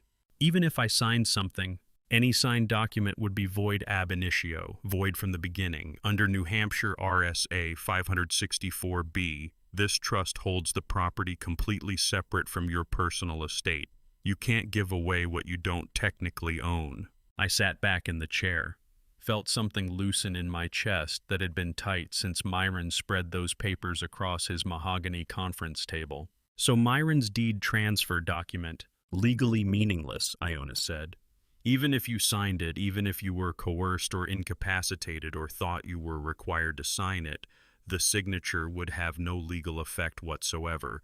The property would remain in trust. And the power of attorney, worthless paper regarding this property. They could waive it at a judge all day long. The house stays in trust, you stay in residence, and nobody can force a sale or transfer. Dagmar had built a legal fortress the way I build furniture. Every joint reinforced, every stress point anticipated, every surface finished so smoothly you'd never see the protection until you tried to break it. Who helped you set this up? Iona asked. This is extremely well crafted. My wife, I said. She established it in 2019 when she got sick, 5 years before any of this started. Iona nodded slowly, set down the trust deed with the care it deserved. She saw something coming. Not this specifically, just the possibility that someone might try. Mr. Upshaw, Iona said, your wife gave you the perfect shield. Now let me help you build the sword. I spent the next 5 days working with Iona the way I'd work on a complex furniture commission, methodical, precise, documenting every step. Placed photocopies of Celeste's forged withdrawal slips on her desk. 16 signatures, all in my daughter's handwriting. All stealing from an account she had no legal right to access. Showed her my 6-week ledger, every incident documented with dates, times, witnesses, exact words. Music box destruction, fake bracelet, refrigerator emptied, truck hidden, pattern of deliberate harassment logged with craftsman's precision. Provided Basil's written statement about Myron calling neighbors asking about property values and mortgage status. Dated, signed, notarized. Played the recording from my phone, the October 14th meeting where Myron presented documents designed to steal my house. Iona built the complaint like an architect drafting blueprints. Every piece of evidence cross-referenced. Every statute cited. Every timeline verified. This ledger is extraordinary, she said on the 3rd day. Every detail documented with dates, times, witnesses. You've built a complete evidentiary record. I'm a craftsman, I said. I don't build anything without proper documentation. The Bar Association will fast-track this, Iona said. Given the evidence of elder abuse conspiracy involving an attorney, they'll prioritize review. On October 18th, we filed the formal ethics complaint with the New Hampshire Bar Association. 37 pages of documentation, irrefutable evidence that Myron Poole had conspired with family members to exploit a vulnerable client through fraudulent estate planning documents. Then we secured the assets. The 11 rough diamonds moved from Box 1147 to a new secure vault under trust modification. Iona became temporary trustee per amendment we filed, removing the stones from any potential legal disputes. Even if they somehow obtained guardianship through corrupt evaluation, they couldn't touch what existed in protected trust. Filed formal dispute on the convenience account with Granite State Bank. Fraud investigation opened. Account frozen pending resolution. Celeste's forged signatures now subject to criminal review. Every asset behind legal walls, every angle covered, every vulnerability reinforced. In the workshop those evenings, I worked on the music box, fitted fractured pieces back together using wooden joinery and careful patience. The mechanism wouldn't play music again that was beyond repair, but the structure could be rebuilt. Some things can be restored if you have the right tools and enough time. A good woodworker never drives a tenon into a mortise until he's finished measuring every dimension, checking every angle, planning every joint. And I had just finished measuring. By October 20th, the legal fortress was complete. Bar complaint filed and accepted for expedited review. Diamonds secured in trust beyond their reach. Financial accounts frozen pending fraud investigation. Property protected by irrevocable trust that made Myron's documents worthless before ink dried. Myron thought he was herding a confused widower toward signing papers that would transfer everything to children who'd spent months setting the trap. He thought I trusted him because he'd managed our estate through Dagmar's illness. He thought grief had made me blind to what was happening in my own house. What he didn't know was that I'd spent 2 weeks building the cage he was about to walk into. Every bar measured, every lock tested, every entrance designed to close behind him with no way out. And the bait was about to arrive from the most unexpected source. The manila envelope in my mailbox had no return address, just a Concord postmark and weight that suggested more than a letter. It felt like evidence. I brought it to the workshop that Monday morning, October 21st, set it on the workbench under the yellow craftsman lamp, opened it carefully with the same precision I'd use opening a crate of expensive hardwood. Inside, printed screenshots, multiple pages, group chat titled Family Plan. Members listed at the top: Ignatius, Kezia, Celeste. And one contact saved only as MP, no last name, no profile photo. Careful enough to stay one step removed, not careful enough to stay out entirely. I spread the pages across the workbench, read from the beginning. They'd put enough in writing to make a prosecutor's job straightforward. Timeline coordinated: psych eval November 30th or December 3rd, filing same day, intake within 48 hours, appraisal December 10th. Facility selected and discussed by cost: Seacoast Memory Care Hampton, $8,500 per month. Split agreed in principal amounts left deliberately vague. Kezia had written, MP handles his end separately, don't put numbers in here. Roles divided: C handles medical side, K manages the house, I signs, MP files. Kezia had been careful enough to keep dollar figures out, but she hadn't been careful enough to keep the plan itself off the record. And one message near the bottom said, everything I needed. MP confirms the eval doc will hold up. He's handled this before. Whoever MP was, the family already knew. And now so did I. They'd been coordinating for months, building the cage piece by piece while I watched and documented. Except now I was reading their blueprint, every step, every date, every dollar they planned to steal. At the bottom of the envelope, folded separately, a small handwritten note on plain paper. Careful rounded script, leaning slightly right. Young hand. Read, he deserves to know, from someone Ignatius chose to throw away. No signature. I looked at the Concord postmark again. Same city as apartment 3B. Same city where a young woman's silhouette had moved through a window paid for with embezzled funds. Opal Nichols, 27 years old, discarded when Kezia found out and turned Ignatius's secret into leverage, sending the weapon that would destroy the man who'd thrown her away. There are people cast aside by their own kin who understand betrayal in ways I never wanted to know. And sometimes those people become the most unexpected allies. I photographed every page, uploaded copies to secure cloud storage, sent complete set to Iona Kelly with a note, "Add this to the bar complaint." Then I waited. Myron called Tuesday morning suggesting a second consultation to finalize details. "I think we should review everything once more," he said, voice smooth as the mahogany desk where he'd spread his trap. "Just to make sure you're comfortable with all the protective measures." "That sounds good," I said. "Same time, 2 o'clock. Perfect. I'll have everything ready." Before I tell you how I got him to confess everything on tape, are you still with me? Comment. A, if you think he suspected the trap, or B, if he walked right into it. Add one short reason why. Quick note: what follows includes some recreated dialogue for storytelling, but the core truth remains. I arrived at his Portsmouth office at 2 o'clock, sat across from him in the leather chair that creaked under my weight. Myron smiled with the confidence of a man who thinks he's won. Before he could begin his presentation, I pulled my phone from my coat pocket, set it deliberately on the mahogany desk between us, screen up, tapped the recorder app. "Myron," I said, "do you mind if I record this? My memory isn't as sharp as it used to be. I like to review conversations later." He smiled wider, condescending warmth that said he was talking to someone who didn't understand technology or law or what was happening to him.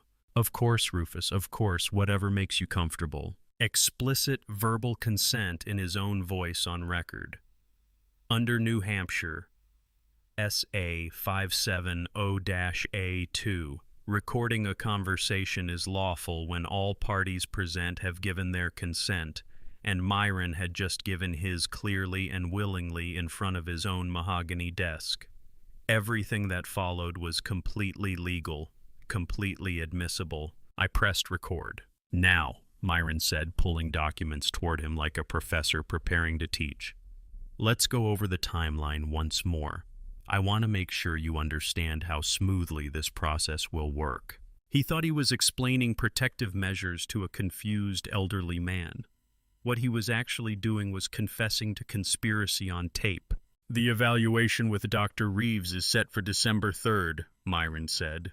Spoke freely, believing his audience wouldn't grasp the implications. "Once we have that documentation, I can file the emergency guardianship petition with probate court the same day." "Emergency guardianship," I repeated, playing the role. "That sounds serious." "It's standard procedure when there are capacity concerns," Myron said.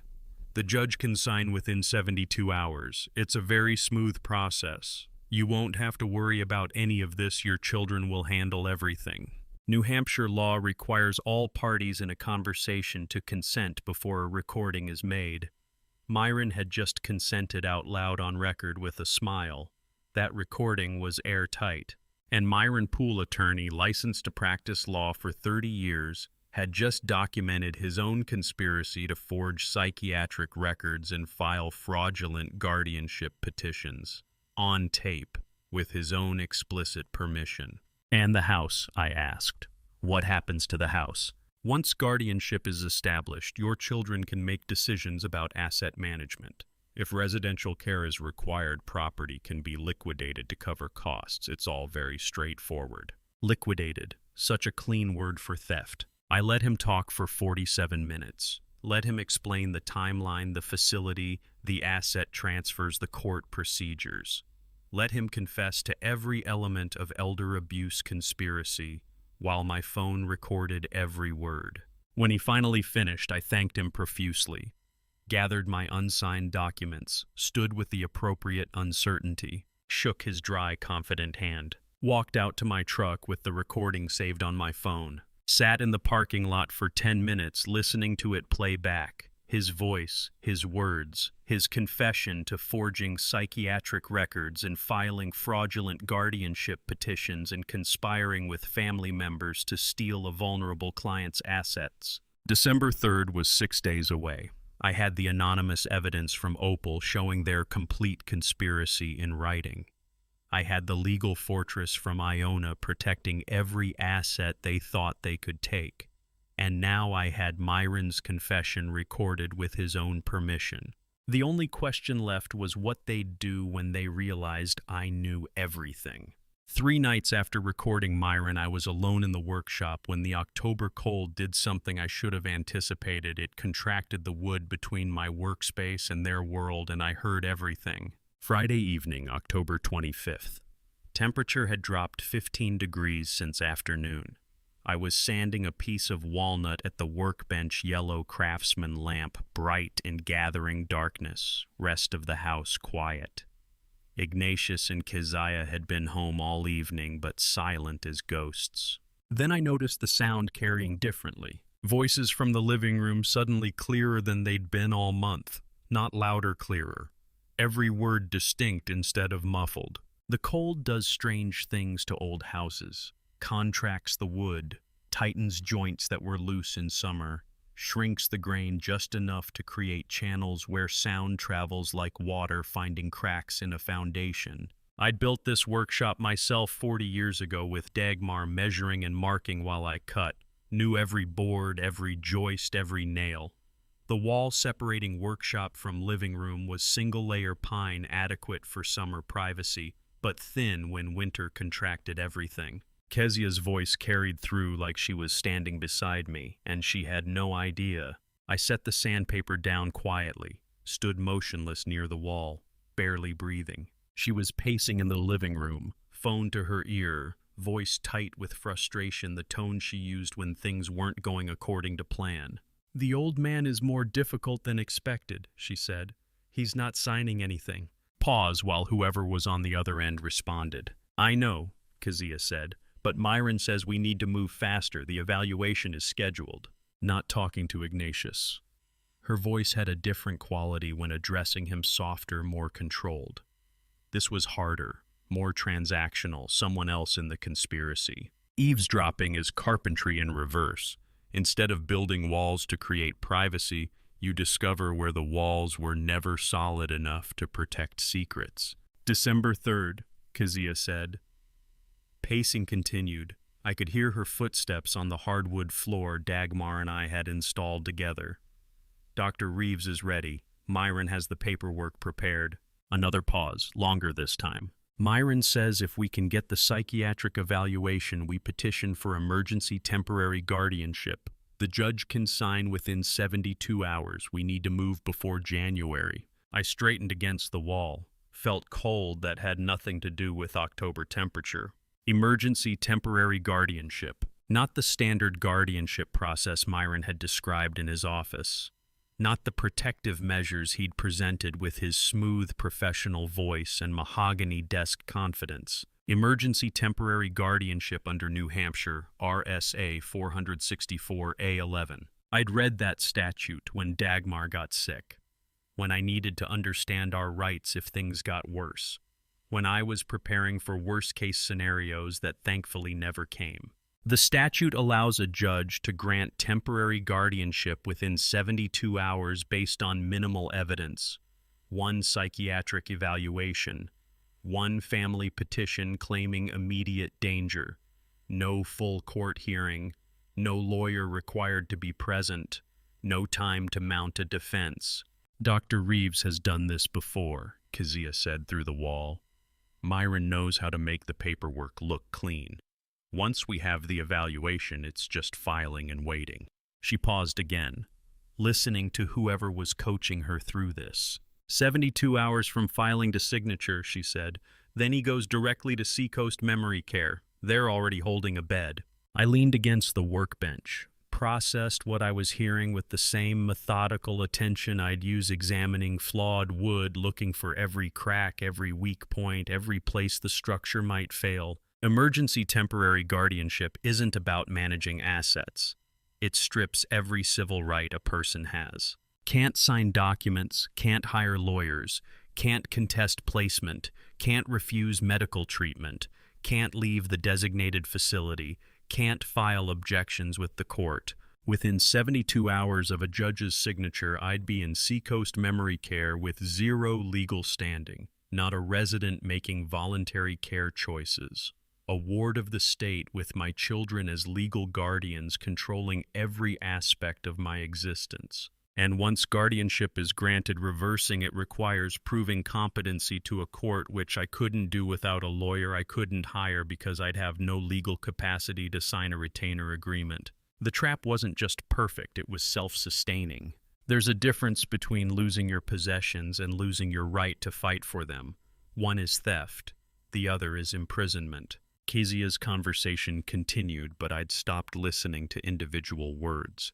The architecture of their plan was complete in my mind now, every beam, every joint, every load-bearing element. I didn't need to trace the full blueprint again. I'd already read it in their own words in Myron's office in their group chat, now through my own walls. Evaluation, petition, signature, facility, sale. The trap wasn't just perfect, it was self-sustaining. Strip the right to fight back first, then take everything there is nothing left to fight for. They were planning to steal my freedom to fight back. Not my house, not my savings, my ability to say no. I stood in my workshop, understanding finally what I was really facing. Not a conspiracy to take property, but a plan to strip my civil rights completely within 72 hours, lock me in a memory care facility, and liquidate everything while I sat powerless to hire a lawyer or file an objection. They'd researched the law, found the loophole, recruited the corrupt doctor, set December 3rd as the day I'd cease to exist as a free person. And they had no idea I'd heard every word. Celeste stood at my front door on Monday morning with a suitcase and the smile of a worried daughter, exactly as I'd known she would, exactly when the conspiracy needed its third coordinator in place. 3 days after overhearing Kezia's phone call, 3 days of maintaining my performance while they moved their pieces into position. Now the third front was opening. "Dad," Celeste said. Her face carried the expression of concern she'd practiced in the mirror. "I'm worried about you. Ignatius says you've been different. Maybe you should talk to someone professional." I let her in, took her suitcase, brewed chamomile tea the way she'd liked it since she was 16, sat across from her in the living room and listened to carefully rehearsed expressions of worry delivered with the precision of someone following a script. "I appreciate you coming all this way," I said, added just enough confusion to my voice. "That's very thoughtful." She flew from Connecticut to coordinate the final push. The daughter who'd forged my signature 16 times to steal money I'd saved for emergencies. Now sitting in the chair Dagmar used to occupy, drinking tea from a mug I'd made in a pottery class 40 years ago, talking about my mental health like she cared about anything beyond the house appraisal scheduled for December 10th. I asked simple questions, gave no indication I knew about the $18,000 or the group chat or the bar complaint sitting on Iona Kelly's desk waiting to be filed the moment they made their move. Played the confused elder who didn't understand what was happening in his own house. That night past 11, I sat in the darkened workshop. Heard voices in the kitchen, low but clear through walls that October cold had made transparent to sound. Celeste and Ignatius whispering, thinking I was asleep upstairs in the guest room where I'd moved after giving them the master bedroom. Kezia joined them. 3 voices in the kitchen I'd renovated with Dagmar in 1998 standing around the island counter where we'd taught both children to crack eggs and measure flour. "Did he sign anything yet?" Celeste asked. "The documents Myron prepared." "Nothing," Ignatius said. "Myron says we need the evaluation first. Dr. Reeves is available December 3rd. We have to move fast." Celeste's voice carried the edge of someone under financial pressure. "David's creditors are calling every single day. We need this done." I stood in the dark hallway of the house I'd built, listening to 3 people I'd raised from infancy schedule the day they'd take my freedom. and the most painful part wasn't their betrayal, it was how competent they'd become at it. They spoke in clear terms, specific dates, coordinated roles, no hesitation, no guilt in their voices, just logistics of disposing of the obstacle I'd become. December 2nd, Kezia said. Myron's bringing everything Monday night. We present it all together, united front. He won't refuse if we're all there. And if he does, Ignatius asked. Then Dr. Reeves evaluates him on the 3rd like scheduled, Celeste said. Either way, by December 6th, this is done. I walked back to the workshop in darkness, sat at my bench surrounded by tools I'd collected over decades, looked at the half-repaired music box on the shelf, Dagmar's gift that Kezia had destroyed, thinking she was erasing evidence, not knowing she was creating it. 4 days later, first winter snow began falling. November 1st, Friday evening.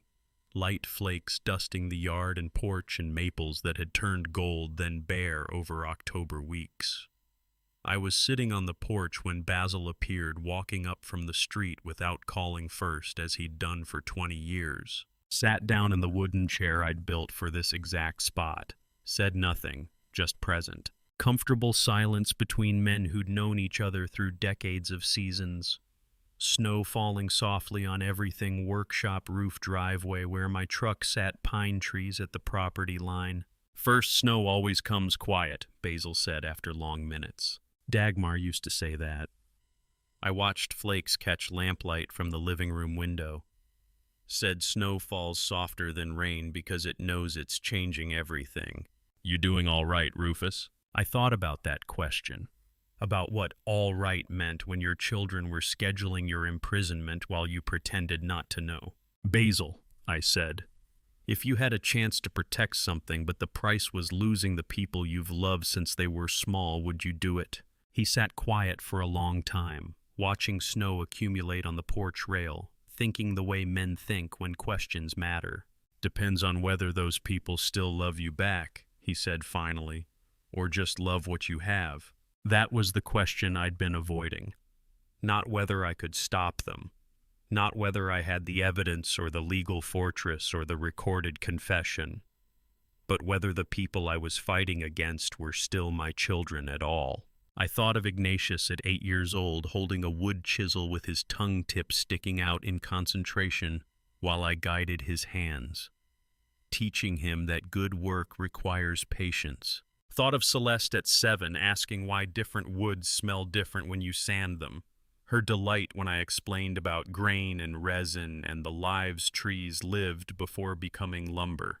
Were those people still inside the strangers whispering in my kitchen, or gone completely replaced by something that wore familiar faces but held nothing I recognized? Some wood, once it fractures internally, can never bear weight again, no matter how much you sand the surface.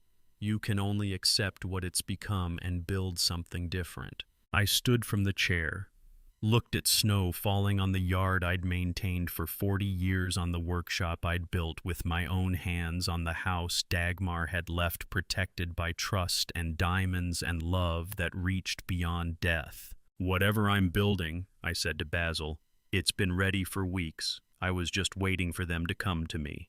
And they're coming. December 2nd, Monday night. They'll bring everything, the documents, the lawyer, all of it. Basil nodded, said nothing more. 2 men who'd built things with their hands and knew when structures could be saved and when they couldn't. Snow fell on the porch where we sat in silence. December 2nd was 4 weeks away. 4 weeks until they'd arrive, expecting a confused widower to surrender everything Dagmar and I had spent 40 years building. They'd underestimated what those 40 years had taught me. The confrontation was coming, and I'd spent 2 months preparing for it. The first knock came in at 7 o'clock sharp, and I knew before I opened the door that all 4 of them would be standing there together. 2 months of preparation. 2 months of documenting, recording, building legal fortress while they built their cage. Now December 2nd had arrived with heavy snow falling across New Hampshire, and the confrontation I'd spent 60 days preparing for was beginning. I opened the door. Myron Poole stood in the porch, mahogany briefcase in hand, snow dusting his expensive coat. Behind him, Ignatius and Celeste emerged from their sedan parked at the curb. Kezia's car pulled up 90 seconds later, perfectly timed headlights cutting through snowfall. Orchestrated arrival. Synchronized. All four conspirators arriving within 2 minutes of 7 o'clock on a Monday night when weather gave them excuse to huddle inside to pressure me in my own living room while snow isolated us from neighbors who might hear what happened. They thought they'd planned everything. Rufus, Myron said. Professional smile. Firm handshake. Thank you for agreeing to meet with all of us. I know it's a difficult evening to ask you out, but some things are time sensitive. Come in, I said. Let me take your coats. They filed past me into the living room, the room where Kezia had destroyed my music box 11 weeks ago, where this entire war had started with one deliberate sweep of her elbow and the word oops delivered like a declaration. I hung their coats in the hallway closet, gave them time to settle, returned to find them arranged around the handmade oak table Dagmar and I had built in 1995, the table where we'd taught both children to do homework, to eat family dinners, to understand that good work requires patience. Now they sat around it planning to take my freedom. Myron placed his briefcase on the table. Celeste sat beside Ignatius, her hand on his arm in gesture of support that looked practiced. Kezia stood by the window watching snow fall, positioning herself where she could observe without participating directly. I sat in Dagmar's chair at the head of the table, folded my hands, waited. The snow outside the window fell in sheets so thick it erased the property line where the Travers land began, and I wondered if that was why Kezia had chosen this particular Monday night, as if weather could obscure what was about to happen the way fog hides a coastline. Rufus, Myron began. His voice carried the gentle authority he'd perfected over 30 years of practice. We asked to meet tonight because your family is concerned, deeply concerned about your well-being and your ability to manage the responsibilities you've been carrying alone since Dagmar passed. I nodded, said nothing, let him continue. Myron opened his briefcase. The clasp clicked 3 times before it opened once, twice, hesitation, then the third successful snap. In that small, repetitive sound, I heard something I'd heard 43 years earlier at my father's deathbed, the sound of someone trying very hard to appear confident. He pulled out 3 documents, spread them across the oak table with practiced precision. These are protective measures, he said. Documents designed to ensure you're cared for properly and your assets are managed responsibly. I picked up the first document. Read slowly, running my finger under each line like a man unfamiliar with legal language. Deed transfer. My house, the colonial Dagmar and I had renovated board by board over 40 years, transferred to Ignatius Upshaw. Effective immediately upon my signature. My name already typed in the grantor line, waiting for ink. Set it down. Picked up the second. Power of attorney. Durable and comprehensive. Granting Ignatius and Celeste complete authority over my financial affairs, medical decisions, property management. My name pre-filled, signature line blank and waiting. Set it down, picked up the third. Voluntary admission form. Seacoast Memory Care, Hampton, New Hampshire. Requesting placement in secure memory care facility. Patient name Rufus Edward Upshaw. Date of intended admission December 6th, 2024, 4 days from tonight. My name already typed in every blank space. 3 documents prepared weeks ago, maybe months, waiting only for my signature to execute everything they'd planned. I read each page carefully, took my time, let silence stretch while they watched me examine the trap they'd built. Finally looked up. This is quite thorough, I said, voice calm, steady. You've all put considerable thought into this. Celeste leaned forward. Dad, we're doing this because we love you, because we've watched you struggle and we want to help. Ignatius nodded, opened his mouth to speak. Before I sign anything, I said, cutting him off gently, I'd like to hear it all from the beginning. Every reason you believe this is necessary, every concern you have, I want to understand completely. I stood up, walked to the kitchen, Heard them exchange glances behind me, confusion about my calm, uncertainty about my cooperation. Brewed coffee in the pot Dagmar had bought 30 years ago. Poured 5 mugs.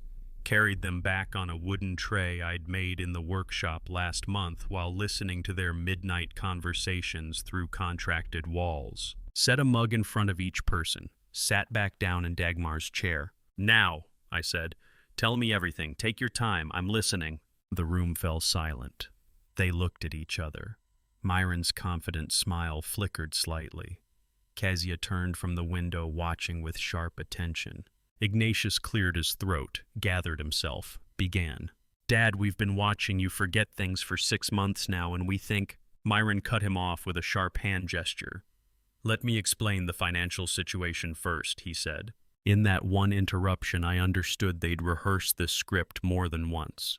Understood Myron needed to control the narrative.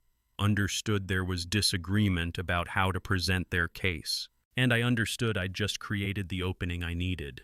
Myron slid the pen across the oak table with the confidence of a man who had closed 1,000 deals. But I picked it up and set it down 6 inches to the left without looking at it. The opening I'd created by asking them to explain everything had given Myron permission to take control. Now he was presenting their case with the smooth professional authority of an attorney who believed he was speaking to someone who wouldn't understand the implications. "Rufus," he said, settling into his role, "your family has documented 6 months of concerning behaviors, forgotten appointments, confusion about dates, financial decisions that don't align with your historical patterns." I sipped my coffee, listened without interrupting. "The facility we've selected, Seacoast Memory Care, is first rate," Myron continued. "You'll be comfortable there, and Ignatius will manage the estate responsibly. This isn't about taking anything from you. It's about ensuring you receive the care you need." He gestured to the power of attorney document, to the signature line where my name waited for ink. "Is everyone here in agreement with what Myron just said?" I asked. The question landed in silence. Celeste nodded immediately. Kezia turned from the window, watching. Ignatius hesitated, then spoke. "Dad, we're doing this because we care about you." I looked at each of them. At my son, who'd embezzled $90,000 and built a secret life in Concord. At my daughter, who'd forged my signature 16 times to steal from accounts I'd trusted her to protect. At the neighbor who'd destroyed irreplaceable work and demanded payment for fake jewelry. At the lawyer who'd managed our estate for 18 years and was now orchestrating elder abuse conspiracy. "I see," I said, set down my coffee mug with deliberate care, reached into my shirt pocket, pulled out my phone, placed it in the center of the oak table between us. The phone I'd used on October 22nd. The one Myron had explicitly consented to record on. The one that had captured 47 minutes of confession. Pressed play. Myron's voice filled the living room, clear, unmistakable. His own words from 6 weeks ago coming back through speaker that had been silent all this time, waiting. "The evaluation with Dr. Reeves is set for December 3rd. Once we have that documentation, I can file the emergency guardianship petition with probate court the same day." The recording played in the warm living room like winter wind through a closed window. You couldn't stop hearing it even though every door was shut. Myron's face went white. "The judge can sign within 72 hours, his recorded voice continued. "It's a very smooth process." "Then, Dr. Reeves has done this before. He knows how to document cognitive decline convincingly." The room froze. Celeste's hand fell away from Ignatius's arm. Kezia took a step back from the window. Ignatius stared at the phone like it was evidence of crime he didn't know he'd committed. Myron stood up. "That recording is out of context. You can't—" "The full recording is 47 minutes, I said, voice level, calm. "The Bar Association has heard all of it. Every word, every detail of your conspiracy to forge psychiatric records, file fraudulent guardianship petitions, and exploit a vulnerable client." I reached into the drawer of the side table beside Dagmar's chair, the drawer where I'd kept everything ready for this moment, pulled out an envelope, slid it across the table toward Myron. New Hampshire Bar Association, I said. Confirmation receipt dated October 22nd, the same day you recorded that confession with your explicit verbal consent. Myron picked up the envelope with shaking hands, pulled out the document inside. Read the header, the case number, the scheduled hearing date. January 14th, 2025. Formal ethics complaint filed against Myron Poole, attorney, license number 4782. Charges conspiracy to commit elder abuse fraud, filing false documents with intent to deceive, court breach of fiduciary duty. Evidence attached: 47-minute audio recording, phone logs, witness statements including sworn affidavit from Basil Lockwood regarding improper asset investigation. This is completely improper procedure, Myron said. His voice had lost its smooth authority. You can't. Sit down, Myron, I said, softly, with the kind of quiet that makes men stop talking. We're not finished. He looked around the table, at Ignatius, who wouldn't meet his eyes, at Celeste, who'd gone pale, at Kezia, who was already calculating distance from the lawyer who'd just been exposed. Nobody stood with him. Nobody spoke in his defense. He sat down. Kezia found her voice first. I was never part of any bar violation, she said quietly. I want that on record. I looked at her, at the woman who'd destroyed my music box and demanded thousands for fake jewelry, who'd lived rent-free in my house while planning to steal it, who'd blackmailed my son with knowledge of his affair to force him into conspiracy. You'll have your chance to speak, I said, reached back into the drawer, pulled out 4 more envelopes, set them on the table in a neat row, each one labeled with the name: Ignatius, Celeste, Kezia, District Attorney. Myron looked at the envelope with the Bar Association seal the way a man looks at an X-ray that explains 6 months of symptoms he tried to ignore. Now we can talk about what happens next, I said. Myron's face went from red to white in the space of 3 seconds. His 30-year career sitting in that envelope, his reputation, his license, everything he'd built on the backs of clients who trusted him, all ending in the living room of the house he'd tried to steal from the man he'd underestimated. Celeste was staring at her name on the envelope. Ignatius had his head in his hands. Kezia had backed up against the window, snow falling behind her escape routes, already calculating in her mind. And I sat in Dagmar's chair at the head of the oak table we'd built together, surrounded by people who'd thought grief made me vulnerable, holding evidence that would determine the next decade of their lives. The pen Myron had slid toward me still sat 6 inches to the left of the documents I'd never sign, my name pre-filled on forms that had no power, their trap laid bare and broken. Now it was time to show them mine. I picked up Myron's envelope, slid it across the table. Read it, I said. He opened it with shaking hands. 16 pages of bar complaint exhibits. By page 3, his hands trembled badly enough that Kezia could see it from across the room. I distributed the others, 1 to Kezia, 1 to Ignatius, 1 to Celeste. The district attorney envelope stayed sealed on the table. Open them, I said. Read what you've earned. Kezia opened hers first, started reading aloud. New Hampshire RSA 6319. Exploitation of an elder person. Class B felony. Her voice trailed off. Property fraud exposure. Financial elder abuse. Conspiracy charges. Civil liability for triple damages. Celeste whispered, They're threatening my nursing license. No threats, I said. Facts. You signed the voluntary admission form as petitioner with your nursing license number. Ignatius read his in silence. Estrangement documentation, inheritance challenge materials, embezzlement evidence, secret apartment proof, Opal Nichols testimony waiting. Nobody spoke for 47 seconds. Just pages turning. People reading their futures in legal language and statute citations. A conspiracy collapsing 1 envelope at a time. I pulled the slim folder from my flannel coat, set it beside their worthless documents. Upshaw Family Irrevocable Trust, I said. Established September 2019, 5 years ago when Dagmar first got sick. Opened it, showed them Iona Kelly's certification. The property deed held in trust. the terms that made everything impossible. Under New Hampshire, RSA 564B property held in irrevocable trust cannot be transferred, sold, or mortgaged by anyone including me, I said. I'm a beneficiary with lifetime residency, but I cannot give away what I don't own. Myron stared at the date. You did this 5 years ago, he said. I had signed the deed alongside her. I remembered the afternoon clearly. The notary's office on Market Street.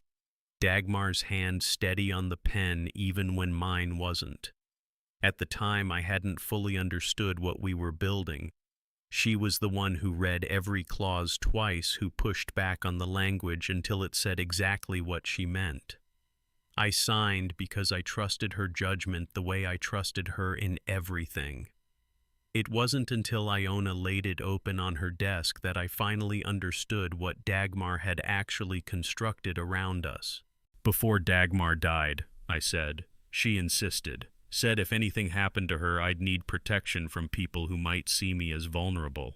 Myron looked at the deed transfer form the way a carpenter looks at a house built on sand after the foundation cracks. All that work, all those hours, doomed from the first nail. Your deed transfer is void, I said. Your power of attorney is worthless. Every document you brought has no legal force. You could make me sign them at gunpoint and they'd still be meaningless. I stood, looked at each of them. The bar hearing is January 14th. I'll be there. The district attorney has copies of everything. They'll decide whether to prosecute. Every signature you forged, every conversation you recorded in that group chat, it's all documented. All evidence. Myron grabbed his briefcase, stood without looking at anyone, walked to the hallway, got his coat, left through the front door without a word.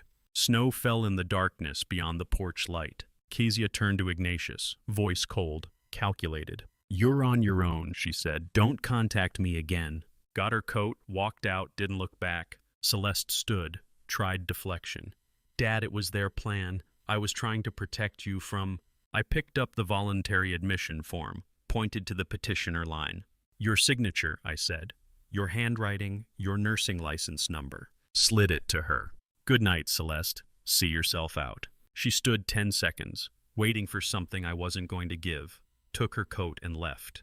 Ignatius sat alone at the oak table, head in his hands, surrounded by documents that meant nothing and envelopes that meant everything. I walked to the kitchen, made 2 cups of Earl Grey tea the way Dagmar had taught me, steep for exactly 4 minutes, no sugar. Carried both mugs back, set one in front of Ignatius without speaking. He looked up, eyes red, face carrying weight of understanding that had taken 32 years to arrive. I picked up my mug, walked toward the workshop. Dad, he started. I kept walking, closed the door behind me. The workshop door clicked shut with the sound of a period at the end of a sentence. And somewhere in that quiet house, Ignatius understood that some doors close once and never open again. I sat at my workbench in darkness, didn't turn on the lamp, just watched snow fall through the window illuminated by porch lights someone had left on. The half-repaired music box sat on the shelf where I'd left it. Dagmar's music box. The one that had played our wedding song for 38 years before Kezia destroyed it. I'd spent 2 months trying to restore it, fitting pieces together, reinforcing joints, trying to make the mechanism work. But some mechanisms, once broken by the wrong hands, cannot be wound back to what they were. I picked it up, felt the weight, the repairs I'd made, the fractures that would always be visible, set it back beside the photograph I kept there. Ignatius at age 7, tongue tip out in concentration, learning to hold his first hammer, learning that good work requires patience. That boy was gone, had been gone for years maybe, replaced by the man sitting alone in my living room drinking tea I'd made for him, understanding too late what he'd become. Snow fell in profound silence. The victory was complete, house protected, freedom secured, every conspirator exposed. And I sat alone in darkness, surrounded by tools I'd collected over 60 years in the workshop Dagmar and I had built together, understanding that some victories cost everything you were trying to protect. The morning light came through snow-crusted windows, and I realized I was breathing differently, deeper, slower, the way a man breathes when he's alone in his own house and nobody is plotting in the room above him. December 3rd, 14 weeks since this started. The kitchen was mine again. I made coffee in the French press the way I'd done for 43 years before Ignatius moved back in and filled every surface with his presence. The silence wasn't empty. It was full of absence, the specific shape of 4 people who'd sat at my table last night and left diminished. I drank my coffee black, standing at the counter watching chickadees at the feeder outside. Small birds, winter survivors. They didn't waste energy on complicated maneuvers. They took what they needed and flew. My phone sat face up on the counter. No messages, no calls. The house settling around me like it was exhaling too. I'd prepared for confrontation for weeks, documented everything, built my case, rehearsed the recordings in my head until I could recite every word Myron had said on October 22nd. What I hadn't prepared for was winning. Victory felt like standing in a room where all the furniture had been removed. You could move freely, but you kept reaching for things that weren't there anymore. I was at the workbench in my shop at 9:30 when my phone rang. Iona. I set down the music box mechanism and answered. "Rufus, have you seen the news?" Her voice was tight with something between satisfaction and concern. "I don't watch the news," I said. "Myron's been suspended," she said. "Emergency order from the state bar. Pending full investigation. It's already online. Attorney suspended for elder exploitation scheme. They're not using your name, but they're using his. Rufus, this is huge. He's not just suspended. They're talking disbarment." I sat down on my shop stool. The music box's tiny gears scattered light across the bench. "When?" "The order came through this morning. Must have been fast-tracked after your complaint hit their desk with all that evidence. Rufus, you didn't just protect yourself. You might have saved other people from the same thing." Pattern interrupt. I thought about Myron at my table last night, his face gray when I played that recording, his careful lawyer voice cracking when he understood I'd filed with the bar the same day I made it. 14 weeks he'd spent building a scheme to steal everything I'd worked for. One recording had ended his career. "Iona," I said, "thank you for letting me know." "Are you okay?" "I'm working on a music box," I said. 1920s Swiss movement. Someone's great-grandmother's. It deserves to play again. She was quiet for a moment. "Call me if you need anything. I mean that." I promised I would. After we hung up, I sat in the shop for a while, not working, just holding the small brass cylinder with its precisely placed pins.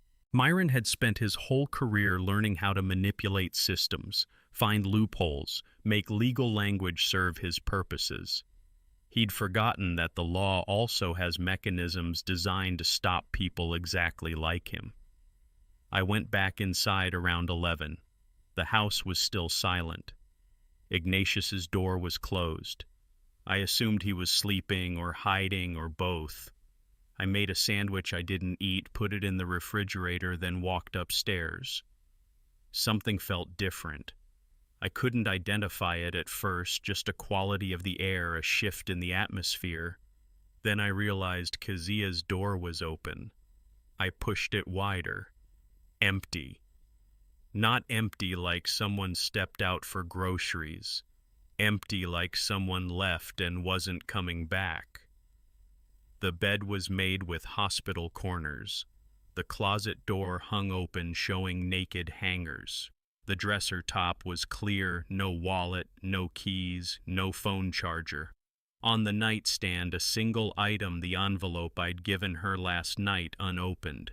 She hadn't needed to read it. She'd known exactly what it contained. I stood in the doorway for a long moment.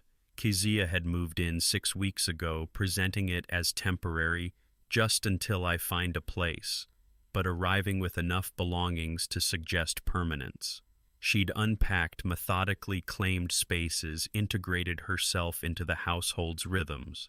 Last night, after I'd revealed the irrevocable trust that made all their documents worthless, she'd looked at Ignatius and said, "You're on your own."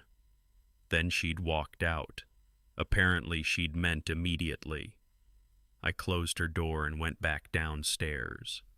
In the living room, I stopped in front of the empty rectangle on the wall where the family photo used to hang. Ignatius had taken it down in October, replaced it with some abstract print he'd bought at a furniture store. "This room needs updating, Dad," he'd said, like my history was decorative clutter to be refreshed. I found the photo in the hall closet, wrapped carefully in brown paper. I unwrapped it slowly.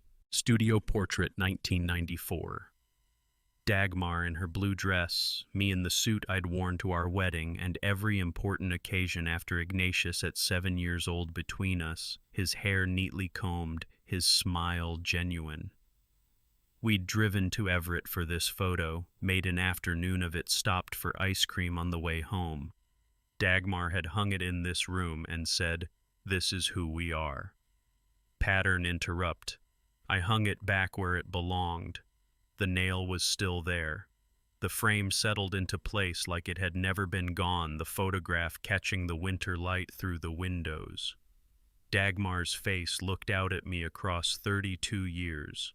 Her expression serene and knowing, the way she'd looked when she was certain about something. I stood there for a while looking at the three of us frozen in 1994, before Dagmar got sick, before Ignatius learned to calculate every interaction, before I understood that families could hollow out from the inside and keep their external shape intact. My phone buzzed in my pocket. Text message. Unknown number. But I recognized it immediately. Ignatius's new phone, the one Celeste probably bought him. 2 words, "I'm sorry."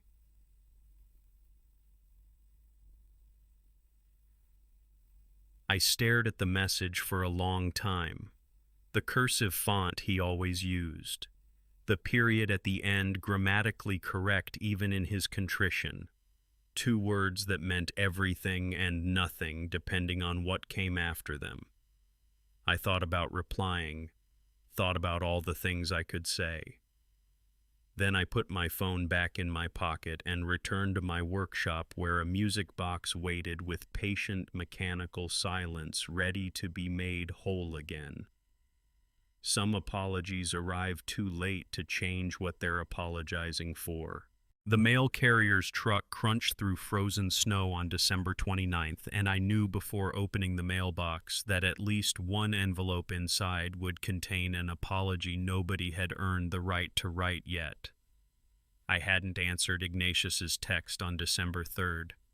2 words, "I'm sorry," sent from a new number, grammatically correct even in contrition. I'd stared at it for a long time, thought about replying, thought about all the things I could say. Then I'd put my phone in my pocket and returned to my workshop. The message stayed there, undeleted, unanswered, occupying the space between acknowledgement and forgiveness. 3 days later, December 6th, Ignatius appeared at my front door with a single duffel bag. He looked smaller than he had at the table on December 2nd when I'd played the recording that ended his conspiracy. Winter light made him look transparent. "I have nowhere to go," he said. "I'm not asking to stay, just not asking you to throw me out." I stood in the doorway for a long time. Kezia was gone, packed, and left the night of the confrontation. Celeste had moved to Massachusetts. Myron wasn't answering anyone's calls, suspended and facing disbarment. Ignatius had burned every bridge except the one he was standing on. "Guest room is empty," I said. He nodded once and carried his bag upstairs. We didn't speak for the rest of the day. That was 3 weeks ago. Since then, we'd existed in the same house like two people sharing a train platform, aware of each other, careful not to collide, waiting for different departures. He made his own meals, took the bus to work, came home late. I worked in my shop, repaired what people brought me, kept my routines. The silence wasn't hostile. It was just there, filling the rooms like accumulated snow. December 29th. I pulled the mail from the box, catalog's utility bill, and one cream-colored envelope with careful handwriting. Celeste's, no return address. But I recognized her script. Massachusetts postmark. I carried it to the workshop, set it on the bench beside the music box I'd been working on since October. The envelope sat there for an hour while I cleaned and oiled a seized gear train. Finally, I opened it. 3 pages, handwritten, no cross-outs. She'd drafted this carefully. The apology was thorough, explained the debts, the pressures, the fear that had made her agree to Myron's scheme. Paragraphs about regret, about shame, about understanding if I never spoke to her again. Then the line that made me stop. I didn't think it would actually go that far. Didn't think you'd lose anything. I read it twice. Both times it meant the same thing. She'd been willing to participate in stealing my assets as long as the theft remained theoretical, a plan that existed on paper but never materialized. She'd drawn her moral line at outcome, not intent. But you were willing to find out, I said to the empty workshop. I folded the letter, carefully creasing it along the original folds, and crossed to the cedar box on the shelf above my tool rack. The box had been Dagmar's. She'd kept recipes in it, family photos, letters I'd sent her in 2018 and 19, when I'd taken a long-term restoration contract 3 hours north and came home only on weekends. Those had been hard months. She'd written me twice a week letters that started practical and ended vulnerable, asking if I was coming back, if the distance was changing things, if we were losing what we'd built. I came back. We rebuilt. The cedar box held letters from 2 women who'd said sorry for hurting me, one from 2019 who meant it, and stayed, one from 2024 who might mean it but already left. I understood that apology and presence are 2 different carpentry joints. A dovetail holds because the wood commits to interlocking. A butt joint just touches surfaces and hopes the glue does the work. Celeste's letter was glue without commitment. I placed it in the box next to Dagmar's stack, closed the lid. Some conversations cannot restart from where they broke. They need seasoning time, like green wood that has to dry before it's workable. The first week of January brought temperatures cold enough to crack sap in living trees. Ignatius learned to exist alone, cooked eggs that came out rubbery, took the bus when it ran late, tracked snow into the entryway, and cleaned it up without being asked. I watched him figure out routines he'd never needed before, skills he'd outsourced to Kezia or Celeste or a lifetime of other people managing details while he managed impressions. One morning, January 5th, I came into the kitchen at 6 and found him sitting at the table with coffee he'd brewed himself, staring into the mug with the expression of a man sitting with himself for the first time in 31 years, not checking his phone, not reading news, not planning his next move, just sitting there in the January dark, steam rising between his hands. I poured a second cup from the pot he'd made, weaker than I'd brew it, but hot and drinkable, and set it beside him without speaking. He looked up, startled, like he'd forgotten anyone else lived here. "Thank you for the coffee," he said quietly, not sure I could hear him. I nodded and walked to the workshop.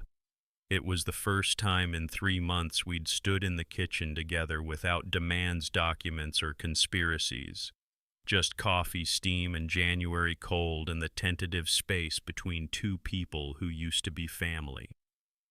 The gesture wasn't forgiveness. It was the craftsman's assessment checking whether warped wood has enough thickness left to plane down and rebuild, testing if any core remains sound beneath the damaged surface.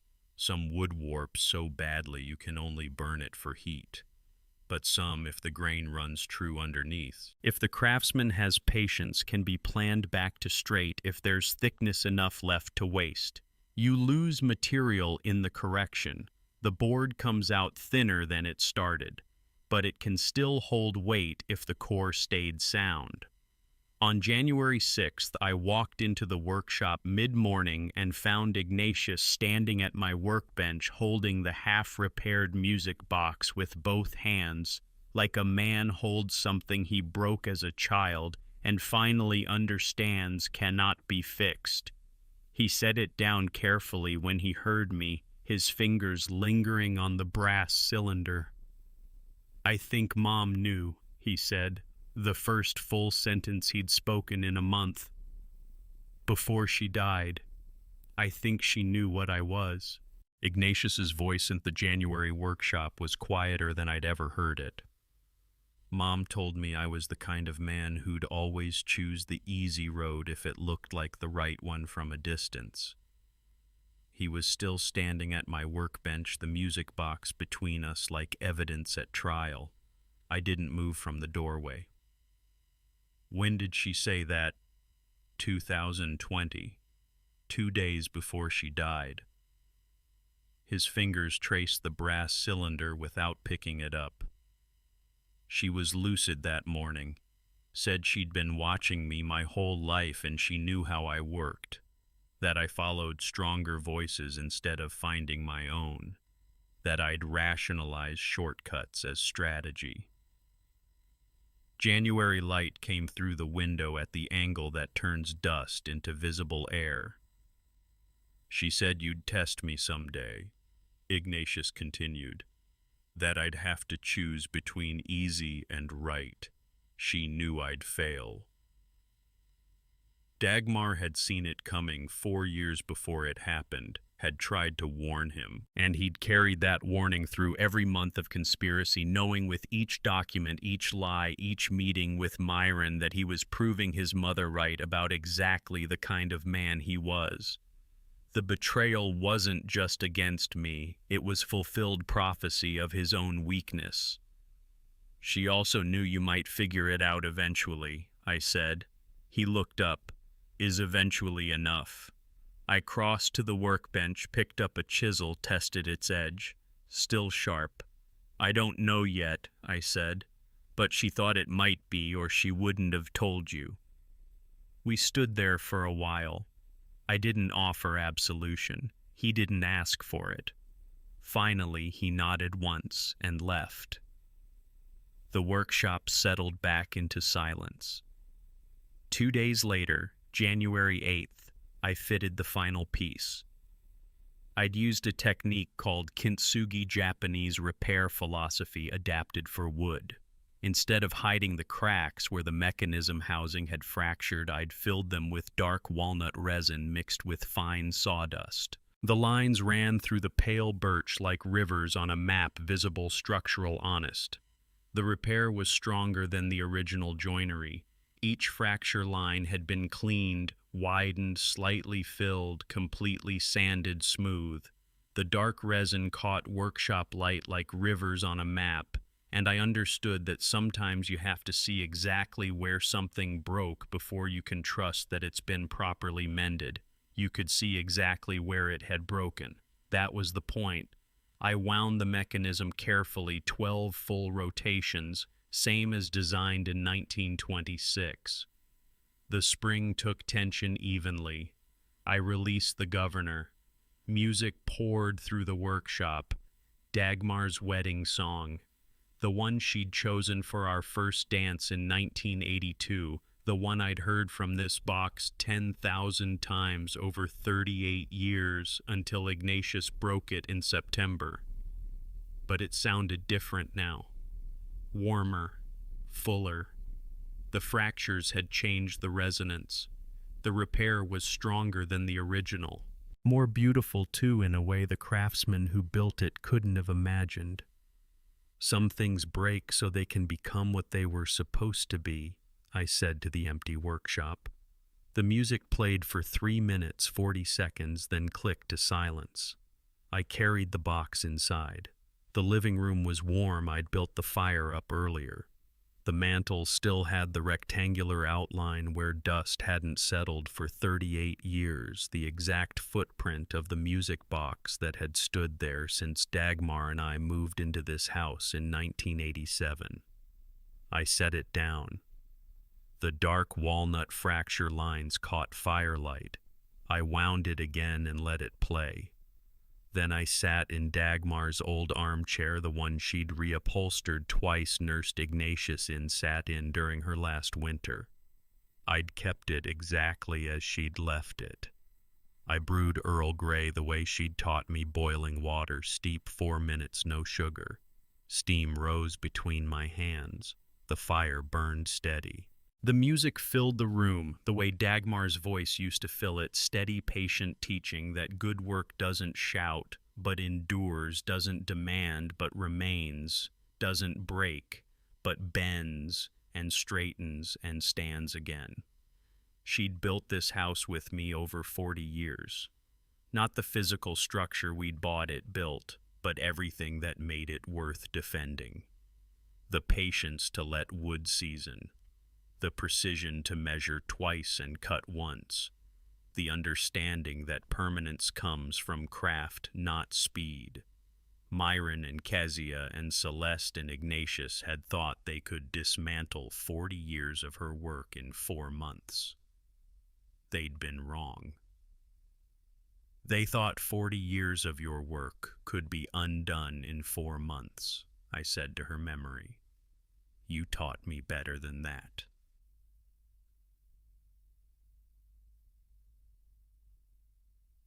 The music box played its song. Snow fell past the window in blue twilight. I'd won. I'd kept everything they'd tried to take.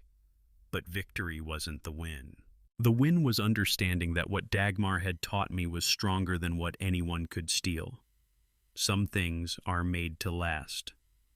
I learned that from the best teacher I ever had. Through the window, I saw movement in the driveway. Ignatius's silhouette beside a packed car standing in the snow, looking back at the lit windows. He stood there for a long moment, long enough that I knew he was deciding something, testing weight, making a choice he'd have to live with. Then he opened the driver's door. Before he got in, he looked toward the window where I sat. I raised my tea mug 1 inch. Not forgiveness, not yet, but recognition that some roads have to be walked alone before anyone can walk them together. He nodded once and got in the car. The taillights disappeared down the driveway, turned onto the county road, faded into January dark. The music box played on. The fire burned steady. And I sat in the house Dagmar built. Understanding that 43 years of marriage teaches you how to defend what matters and know the difference between winning and being right. The music ended. The mechanism clicked to rest. I didn't wind it again. Some songs are perfect at 3 minutes 40 seconds. Some stories end exactly where they need to. And some men spend their whole lives learning what one woman tried to teach them from the beginning, that good work done right with patience and precision and respect for the material lasts longer than the people who try to tear it down. And to you listening to my story, remember this. For 43 years, I built my life on trust. Trust in family. Trust that love meant loyalty. I never imagined I'd need to defend myself against my own son. Looking back, I see the warning signs I dismissed, the small compromises I rationalized. Don't make my mistake. Love your family, but keep your eyes open. Trust, yes, but verify. Always verify. Family betrayal cuts deeper than any other wound because it comes from the place you thought was safe. But revenge, real revenge, isn't about destruction. It's about standing firm in your truth, protecting what you built, and refusing to let anyone rewrite your story. When I faced my family's betrayal, I could have responded with rage. Instead, I chose preparation, evidence, and patience. I believe God gave me the clarity to see what was coming and the strength to defend myself with dignity. That kind of revenge, the kind built on justice, not anger, that's the kind that lasts. If this story resonated with you, I'd be grateful if you'd leave a comment below. Have you ever experienced family betrayal? How did you handle it? Your story might help someone else who's struggling right now. Please consider sharing this video with someone who needs to hear it. And if you're new here, subscribe to Dad's Silent Revenge for more stories of quiet strength and patient justice. Thank you for staying until the very end. It means more than you know. One final note, this story contains fictionalized elements for the purpose of conveying its message. Any resemblance to real individuals or events is coincidental. What matters is the lesson we take away.